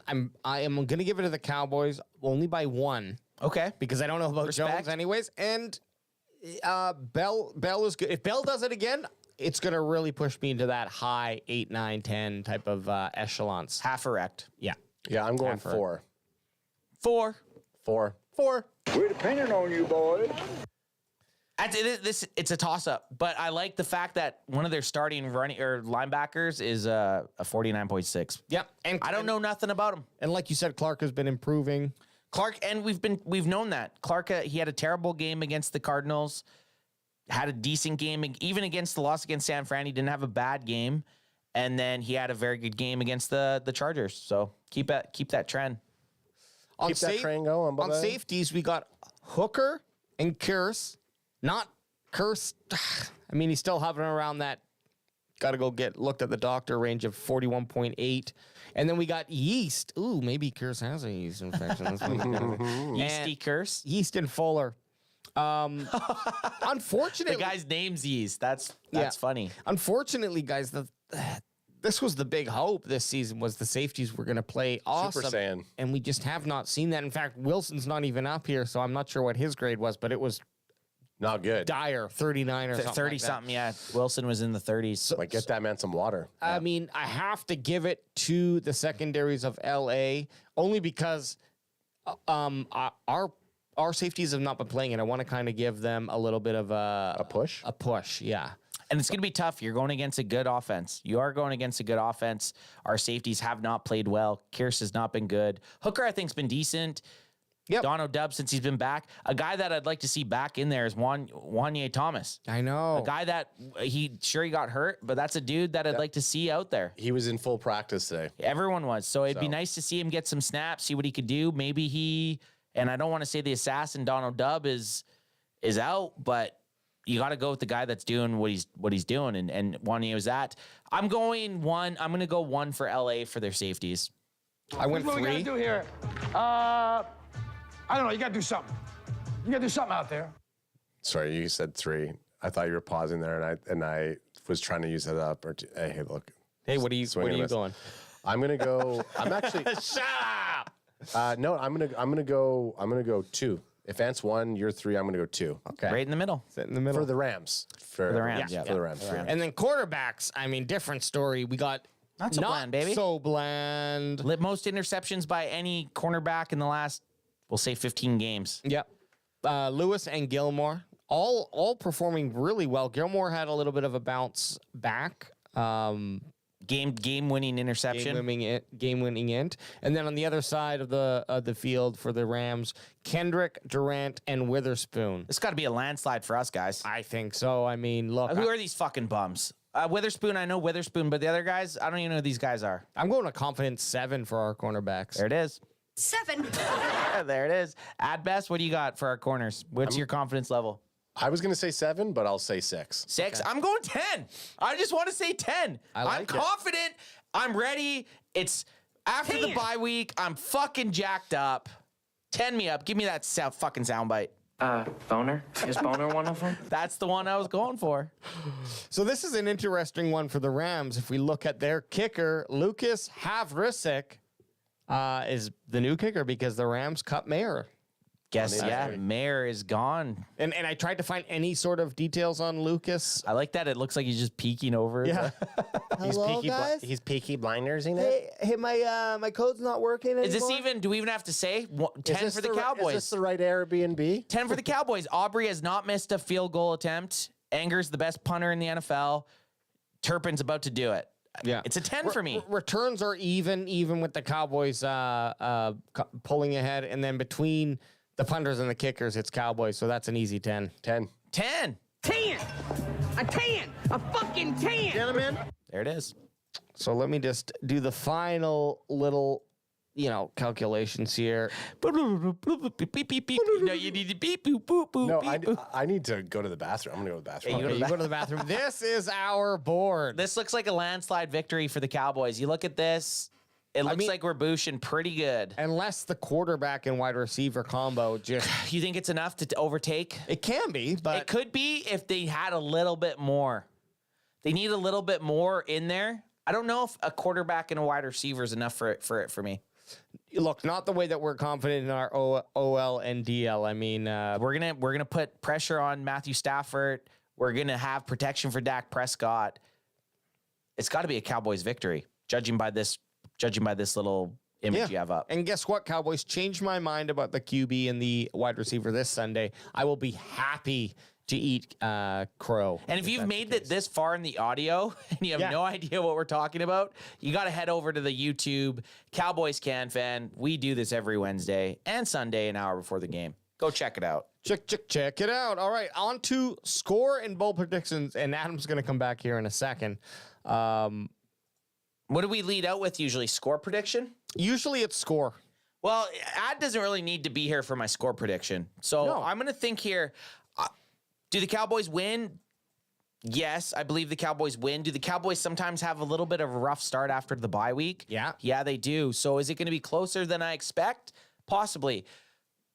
I'm going to stick with a score of 27 for the Cowboys, 24 for the Rams.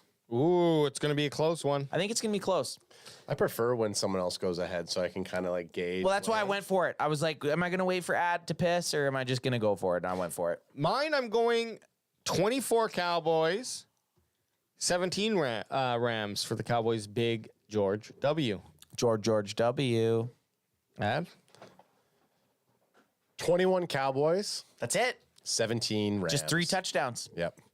So we're expecting a defensive matchup here, guys. And you're never going to see us. It'll be interesting to see what the over-under is for this game. It'll be interesting to see what that is. Who wants to do their first lead out with the Boldies? Tony Pollard, 220 yards, 2 touchdowns. Wow, That'd be so close to being like a Cowboys record, I think, for most rushing yards. 200 yards, 2 touchdowns. Yeah, do 200. I said 220, but do 200. Okay. No, do 200. Okay. 200 plus. Put 200 plus 200.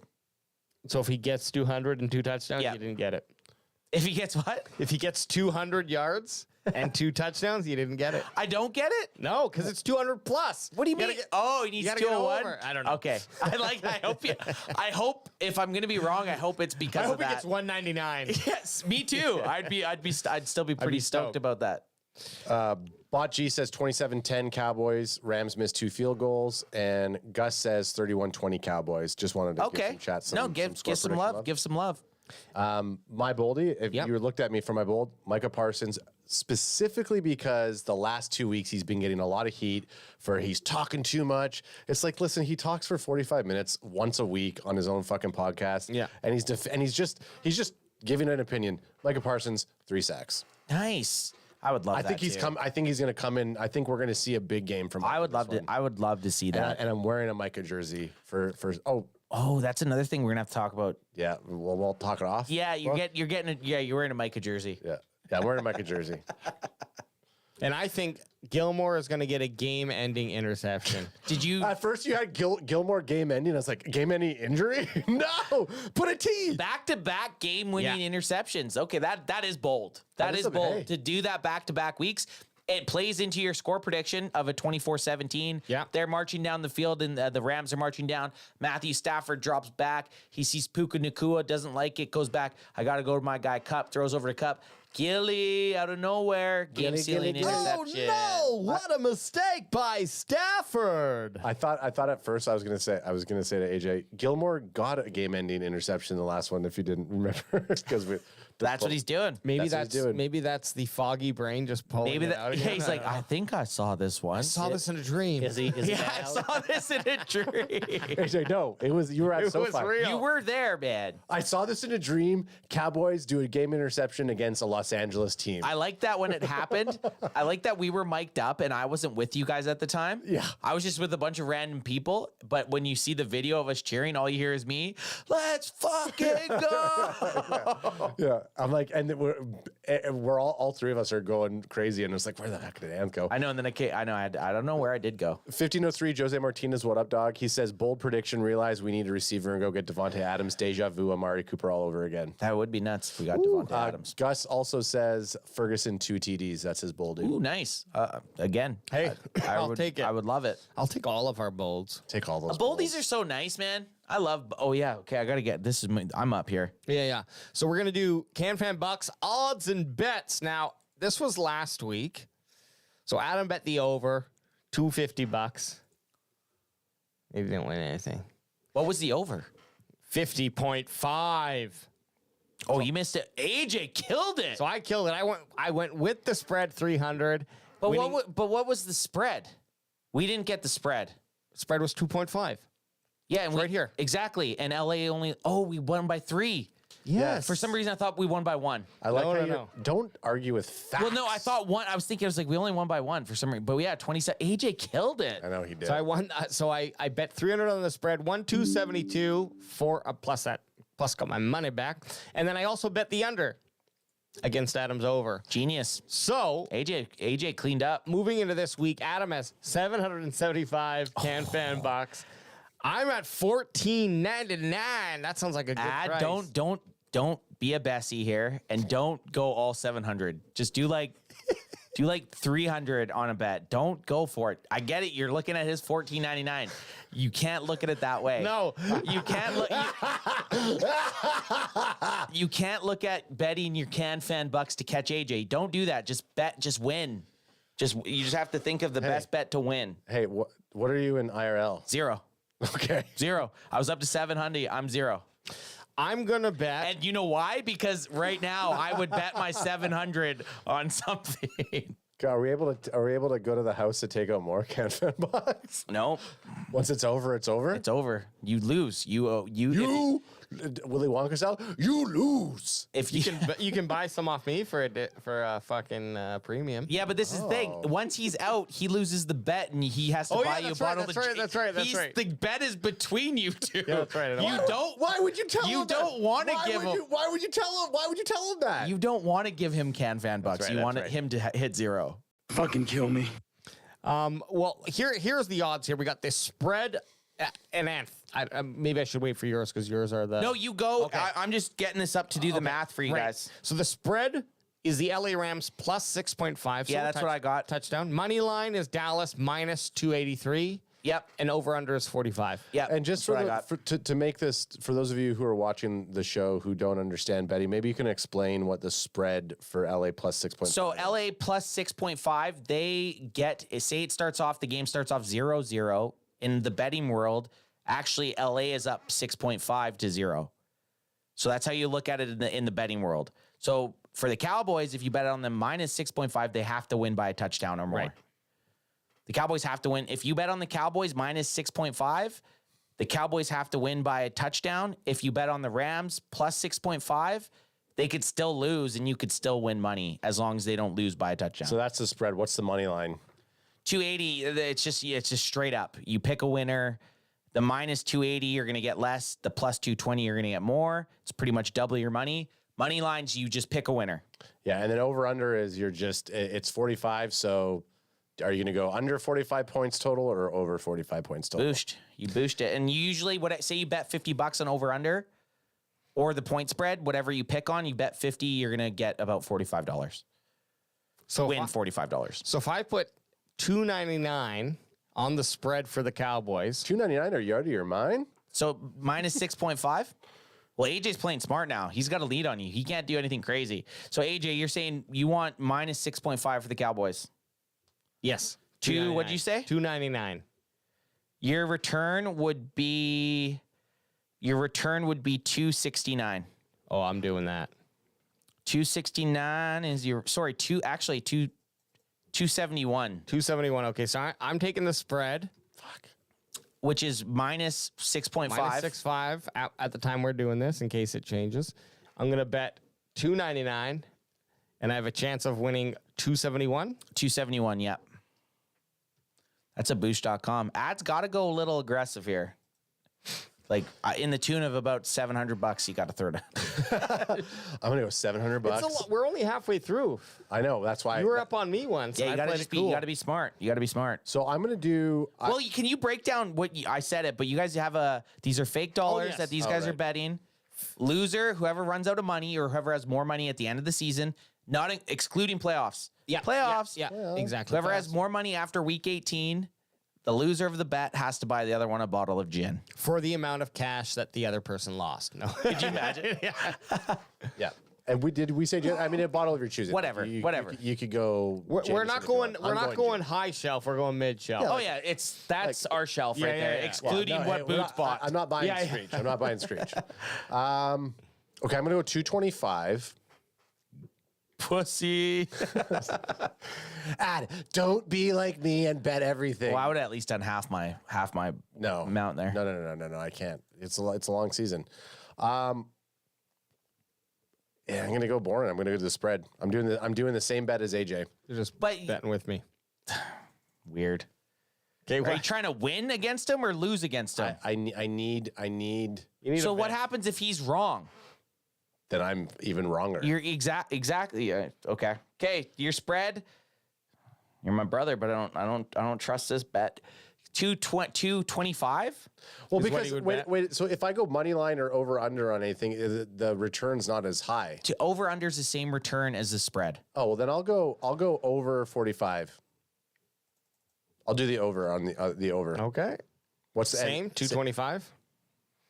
It pays out for 225 on the over. It pays out 204. Not bad. Not bad, but not great. But I'll take it. Same return. 204. Okay, so we're locked in. Does not line up with my score prediction, so not final. Well, AJ's didn't last time either. He did the under, and I was like, your score prediction's the over.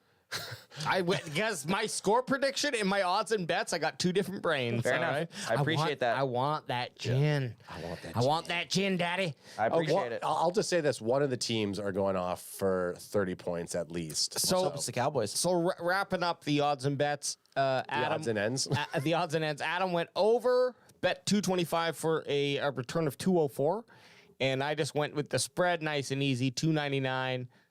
For a return of 299. You're in your mind. Been so fast you can't even talk about it. Lucky person, out there somewhere is gonna win a silver cloud. What a lucky person. Winning a silver cloud. It's been a while since that one's hit. Canned fantasy football. Let's wrap it up with some canned fantasy football. Now, unfortunately, we missed week 6, so we don't really have a true recap. But which is fine because I lost week 6. But look at Cowboys Can Fan Ant. Look at that. In week 7. Well, Bandwagon Boys had a part in helping you get to the #1 spot. So I do think that you should give us a little pat on the back. We beat UKST and Adams, Riker. And Riker Adams. Saquon D's Adams' nuts. youngest. Saquon D's nuts. So we're on a good winning streak, but Can Fan Ant just damn, dude. And anyone that doesn't know what this is, we have a fantasy football league just between the Can Fantasy Football League. We have after us our two teams. There's 10 people that follow the podcast that are also in. And these are the results. And winner of the Can Fantasy League gets a jersey. Well, it's gonna be boring. Give myself a jersey again. They get a Deuce Vaughn jersey. Not happening. Yeah, a medium Deuce Vaughn jersey. Yeah, I got a medium Deuce Vaughn jersey. So what's happening? Just real quick here, looking at the standings. We got Can Fan Ant, the #1. Saquon D's nuts finally dethroned. The Dak Hater, aka Barry Grant Jr. in third. Podcast, yep. Daddy Dak, I think that's the only female in our crew doing well, although on a little bit of a slip there. Dak to the future, I don't know who that is. I think that's Boots. Okay. Oh, and quite on time, Boots with a $20 super chat saying, upgrade that bottle of gin to top shelf. It's what Bot G would do. There it is. I know. Okay, we'll do top shelf. Bot G just added $20 to whoever. You pussies have to now top shelf it. Yeah, so we're going top shelf. We're going top shelf. But sorry, Bot G's just ahead of the Bandwagon Boys, who have a 4-game win streak after going 0-3. Then there's Deuce. We should change that name. Playmakers 88 is Reggie. Let me see the TDs. That's funny. Super user is Kilo. Levi is not Levi, it's someone else. And Dallas Cowboys is TGR. That's what happens when you draft 3. When you draft 3 defenses. I know. I think, yeah. It was his first year. But hey, we appreciate it. We're having fun. Dak to the Future plays the Bandwagon Boys, and let me see the TDs versus Can Fan Ant, which is our I'm surprised. Game of the week. I thought you guys were gonna go Boots versus you guys. I know. And Boots is saying Bandwagon Boys are going down. But I'm fine with this. Fine with this. First of all, Boots, you do not want to get in our way. We are steamrolling right now. Hey, Boots, we got 2 words for you. We got 2 words for you. But the reason that we're doing this Game of the Week is because Can Fan Ant is on pushed into first place, and we want to see how he does. So looking at these rosters, just like we went through the depth chart, we're just going to go quickly through and give our... actually, I'm just going to read them, and then at the end we can kind of just pick maybe who's going to win. Can Van Anth. Can Van Anth, I know. So we for Can Van Anth, his starting roster, we got Lamar Jackson, Deontay Foreman, running back, CMC, D. Moore, wide receiver, M. Brown, wide receiver for Arizona, M. Andrews, tight end for Baltimore, C. Kirk in the flex in Jacksonville, Brandon Aubrey, G. Joseph, and Seahawks. You're putting in Brandon Aubrey. Yeah, he was off. Okay. He was bye week last week. Okay, sorry. So Brandon Aubrey will be kicking instead, and then the Seahawks in defense. And then for let me see the TDs, 9th place. So they have a chance to dethrone you. I don't know if it'll happen. I don't think it's 4-game losing streak. But Jay Herbert on a quarterback. R. Robinson, running back for Washington. He doesn't have a running back in right now, so let's just look. It doesn't look like there's even anyone available except for A. Jones from Green Bay, who's been on and off. Adams, wide receiver, Las Vegas, solid. Christian Watson from Green Bay. TJ Hawkinson, playing in Minnesota, tight end. And then for kicker and defense, it's C. Boswell in Pittsburgh and the Dolphins. It was funny when you said for receiver or Adams, for Adams receiver, Las Vegas. I was like, well, just tell us the name. You don't have to say it's Adams receiver. You know what it was? I thought you meant ad. I was just, it tripped me out. Okay. No, you know what it was? Is I forgot how to say Devontae for a second. But I believe he's going to have either Thielen or maybe Dobbs in there. Ain't gonna help because I'm bringing in my guy Brandon Aubrey. Guys, we got to be realistic here. Lamar Jackson, absolute tear last week. Foreman had 30-something points. McCaffrey had 30-something points. Moore could go off. I just have too many studs on this roster to lose to some 3 and 4 schlub. I mean, I got to go Cam Van Anth here in first place, but if you get dethroned, bandwagon boys are coming for you. Coming for me. And Bot G says that the streak ends with me boys took out Anthony. I'm coming for you guys. He did. Boots did take me out. He did, and I was actually I think 4-0 at the time of Boots. All right, guys, we are done our fucking bye week, Can Fan. We are done.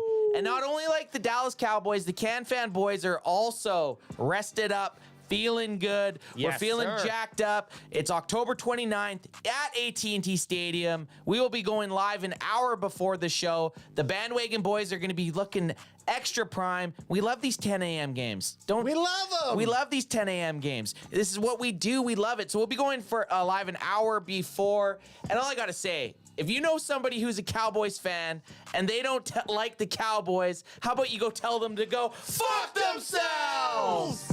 We out, baby.